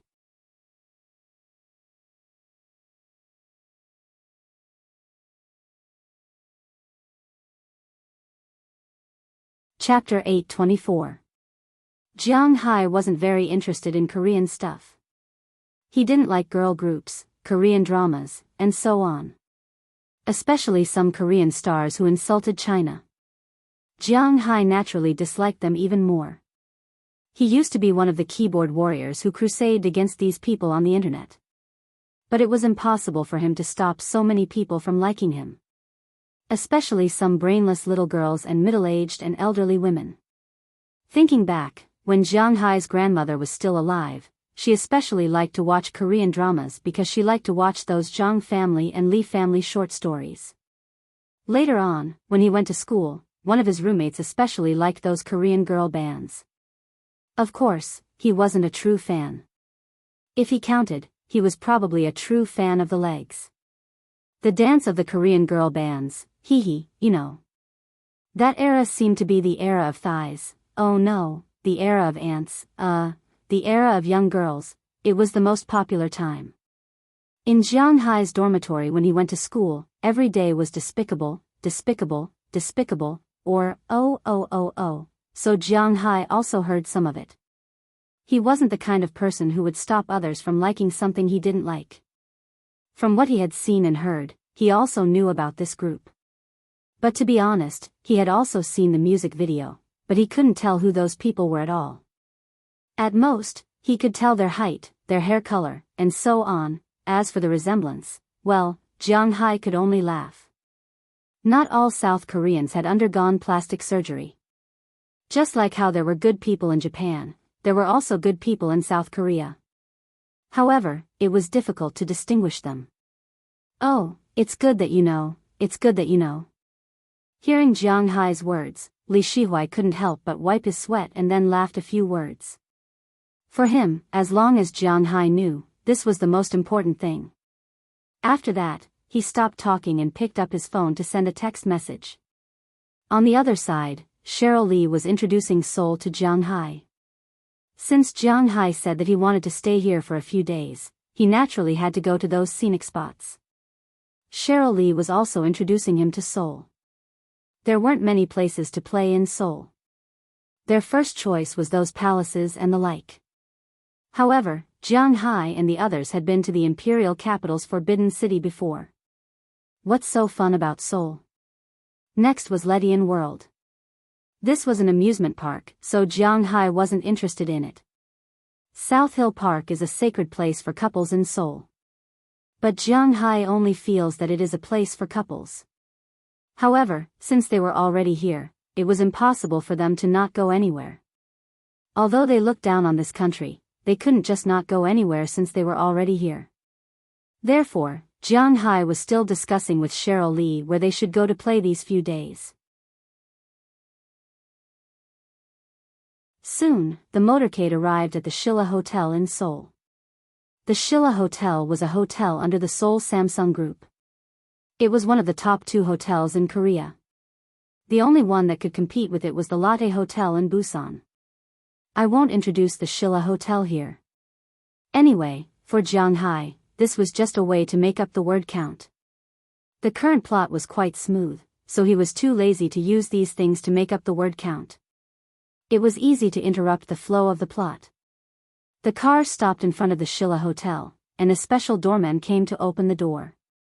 Then, Jianghai and the rest went directly to the elevator and went to the room specially prepared for them in South Korea. Jianghai lived in a suite with South Korean characteristics. This was a 5-bedroom room. 3 of the rooms were occupied. Each room had a separate bathroom, an independent air conditioner, a TV, and a small balcony. There were also 2 rooms. One was a study room, and the other was a game room. There were a lot of game consoles and the like. Jianghai's master bedroom was quite big, but what surprised Jianghai was that there was no bed in the master bedroom. South Korea and Japan were very similar in one thing. Although they both learned from Wuxia, they liked to sleep on rice. A house with South Korean characteristics naturally needed to sleep on rice. Once the quilt was spread out, the entire room would be a bed. This made Jianghai very surprised and happy. Originally, he was thinking that if he and the 4 girls did it together, if the bed was too small, then they wouldn't be able to move around freely. But now, the whole room was their battlefield. After taking a look, Jianghai also felt that this thing was quite novel. After walking around the room, he left the room. This suite was specially prepared for him, Azalina, Galina, Wallace, and Cheryl Lee. Naturally, the others couldn't stay here. They had their own guest rooms on the same floor, so it was quite convenient. After everyone had settled down, Jianghai, Azalina, and Cheryl went to participate in the banquet prepared by Li Shihui. As for Hua Lizi and Galina, they had to decorate their rooms. They couldn't trust anyone else. As for Jianghai and the others, they went to the banquet hall specially prepared by Shilla Hotel. Jianghai's subordinates naturally had their own banquet, while Jianghai and the others sat alone in a large room.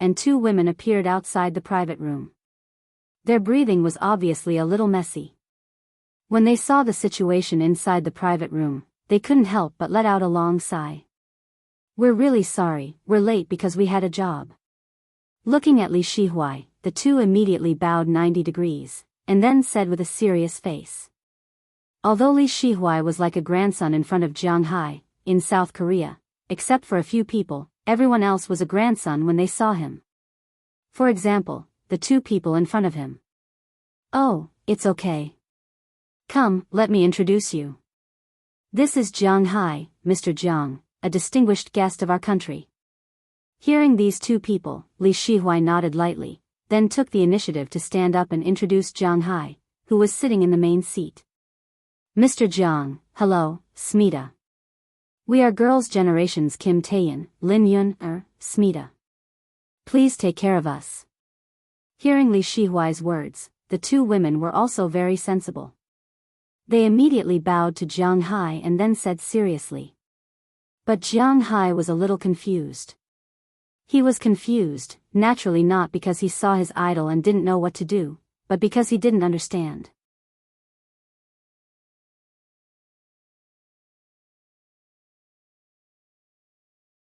Chapter 8:25.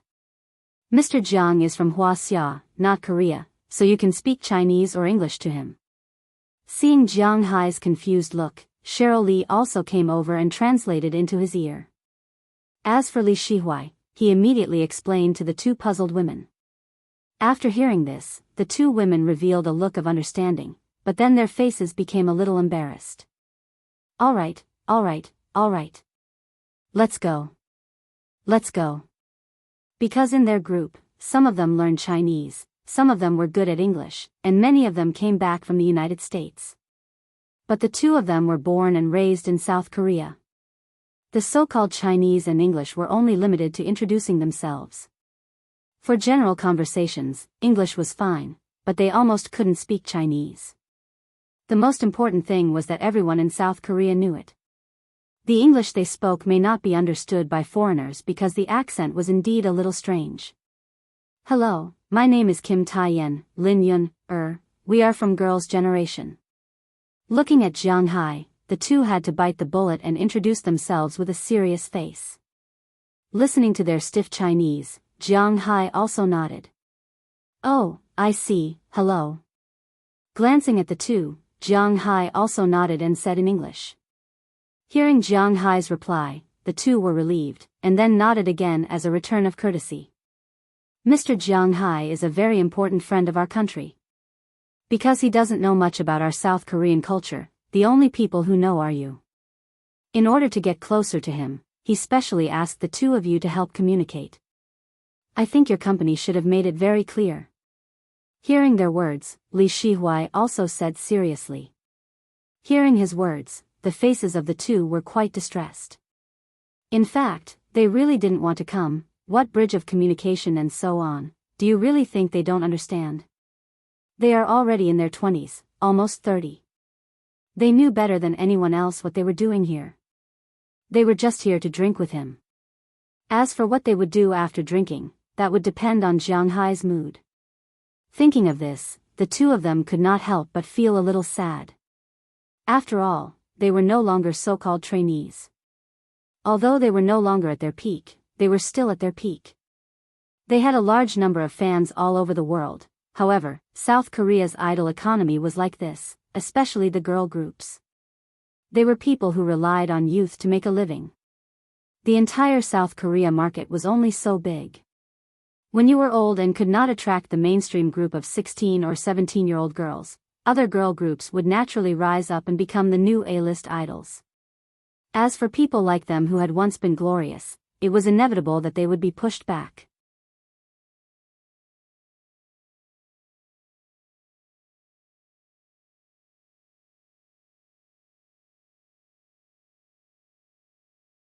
Although a dragon's nature was something.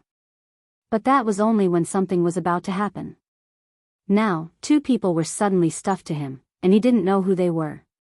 How could Jianghu feel anything? No, I didn't mean that at all. I asked these two to come here mainly because you don't know much about our country, so it's easier to communicate with two people who you know a little about. At the same time, I can see that you don't know much about our food, so I need someone to introduce you. This is Miss Cheryl Lee. At first glance, I can tell that she has been abroad for a long time. She may not have the ability to do so. Seeing Jianghu say so, Li Shihuai immediately said. But when he said the first half of the sentence, he found that Cheryl Lee wanted to refute him, so he immediately said the next sentence to block her words. Seeing that Cheryl Lee didn't speak, Jianghu also glanced at Li Shihuai, then nodded. He naturally understood what this guy wanted to do, but he didn't need to object, right? Jianghu also looked at the two people beside him. One of them was small, and the other had long black hair. As for whether they looked alike, Jianghu didn't comment. Although a dragon's nature was something, it was impossible for him to go berserk with such thick clothes. Seeing that Jianghu didn't object, Li Shihuai also gestured to the two people. Seeing Li Shihuai's gaze, the small one picked up the teacup and poured water for Jianghu, while the long black hair picked up the lettuce and wrapped it up for Jianghu. But when Jianghu saw the thing she wrapped up, he, who originally didn't have much appetite, lost his appetite even more. He saw that this woman had put whole cloves of garlic, perilla leaves, barbecued meat, rice, chili, grilled fish, and live octopus on top of the rice. She then mixed it with some barbecued meat sauce. Just like that, she was done. Although Jianghu wasn't a person who was obsessed with food, he didn't pay attention to the color, smell, and taste of food. After all, his favorite northeastern stew wasn't good looking, but what the hell was this? It was an insult to the darkness to call it dark cuisine. Wait a minute, this thing? How do you eat it? Jianghu waved his hand to stop the person from feeding him and asked her. Just eat it like this. Hearing Jianghu's words, the woman froze for a moment. She blinked her big eyes and looked at Jianghu innocently. Looking at her, Jianghu really choked. Just eat it like this? Try it and let me see. Looking at her, Jianghu said to her. Oh.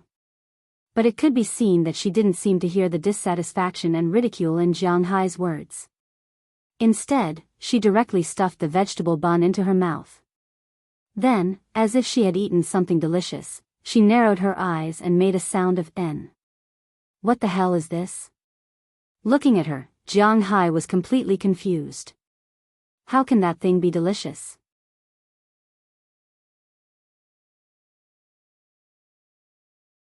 He didn't read much, so don't lie to him. Cough, that's how we eat in South Korea. Looking at Jianghu's face that was filled with a blank 13, Cheryl Lee awkwardly said. To be honest, when she came back a few days ago, she was also very surprised, but this is indeed how South Koreans eat this thing, it just looks a little scary. Hee, you guys eat it yourselves. I'll just eat something casually. I don't have the habit of being fed by others. Looking at the two, Jianghu said awkwardly. Then, he picked up a bowl of rice, dipped the roasted beef in barbecue sauce, and ate it just like that.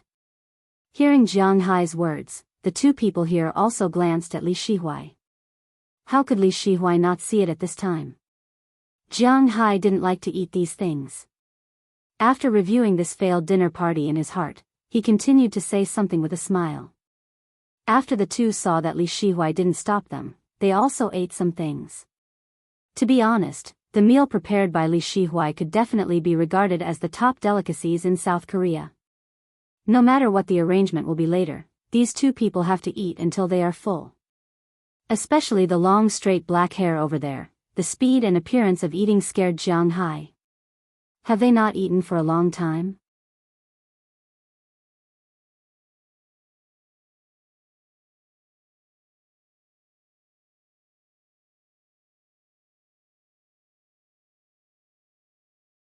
Letting you serve him is a chance for you to think about your future while he knows about you. Li Shihuai tugged at his tie. Obviously, this guy was very familiar with using the method of giving a slap and then giving a sweet date. He used both soft and hard methods. But we. Hearing Li Shihuai's words, the two women looked at each other. Although they really didn't expect Jianghu to be such a rich person, they still couldn't accept offering themselves like this. Bullshit. Let me tell you, I don't care what method you use. Tomorrow, you must let me see him at the negotiating table. You must. This is a political task. If you can't complete it tomorrow, you will not have a place in South Korea. No, not only you, but also your family and friends will not have a place in South Korea. Whether you will exist in the Han River depends on whether you can run away or not. Do you understand? When Li Shihui heard that the two people in front of him were still hesitating, he instantly became furious. He grabbed their hair and roared with a face full of anger. Hearing Li Shihui's roar, the two people were completely scared silly. However, they knew that this was not a threat, nor was it a threat. It was a notice. If they did not do as they were told, then they really would not have any foothold in South Korea. This guy in front of them had this ability and also had this ability. He was a man of his word. You guys stay here and watch them. If they don't do as I say, you know what will happen. Letting go of the two's hair, Li Shihui snorted coldly and said to the two people next to him. After hearing Li Shihui's words, the two nodded seriously and then stood there. Looking at the appearance of the two, Kim Taeyen and Lin Yun understood that this time, they couldn't escape. In a country like South Korea, those rich people, trainees, or small celebrities, this could be said to be a very obvious thing. But they were different. From the moment they entered the company, they were the company's cash cow. Although they experienced some bad things later, such as the Black Sea incident, they had always been in the company's plan. Therefore, the company protected them very well in this aspect. After they became popular, naturally, no one dared to come over and ask them to do anything. Although their popularity had dropped now, no one could threaten them because they had grown wings and had money now. It was very difficult for topics like being banned from the entertainment industry to affect them. It could be said that except for the top existence in South Korea, no one could control their existence. But it was different now. Because now it wasn't those people who controlled them. Even though the Samsung Lee family had always joked that South Korea was the Samsung Lee family's South Korea, the Samsung Lee family didn't dare to go against the government in politics. It was even more impossible for them. Now, the whole of South Korea needed Jianghu's help. In the information they investigated, it was said that Jianghu was very fond of women. How could they not take advantage of it now? Under Li Shihui's gaze, the two had no choice but to do it even if they didn't want to. They walked toward Jianghu's private room while looking back repeatedly. Now they were really scared and didn't have their own opinions, but what could they do? Uni, I'm scared. Lin Yuner, who was usually a carefree person, was also a little panicked at this time. However, she didn't realize that Jean Taeyen was even more panicked. She didn't know if it was because of the makeup or something else, but her face had become even paler at this time, almost drained of blood. However, they still had to walk step by step toward Jianghu's room. It wasn't a long road. They walked for about 15 minutes before reaching it, but they still felt that the road was too short. After reaching it, they glanced at the distance. The two people were still guarding there. They had no choice but to use their trembling right hands to gently knock on the door in front of them. After a long while, the door opened. The foreign woman they saw just now appeared in front of the door. After seeing them, she frowned first, then relaxed. Obviously, she also understood the purpose of the two people here. Kamwang. She waved to the two people. The woman walked in first, and the two women also walked in slowly, looking back 3 times with each step. Then they closed the door and stood timidly at the door, looking around in horror. Why are you here? At this moment, the door of Jianghu's master bedroom opened. Jianghu, who had just taken a shower, walked out in a bathrobe. When he saw the two people, Jianghu was stunned. Ugh.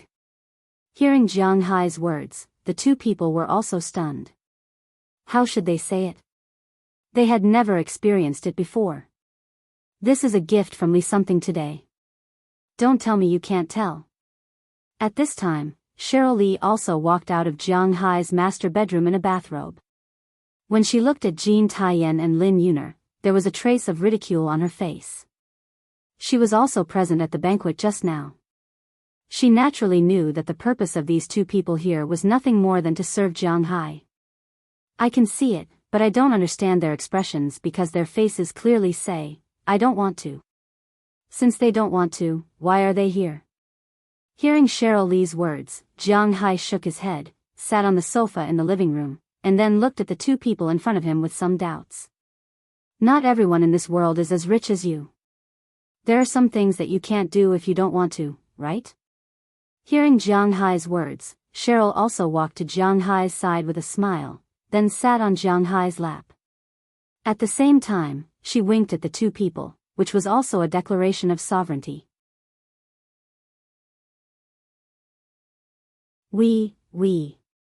Sir Lee said that he hopes that you can participate in the negotiation tomorrow.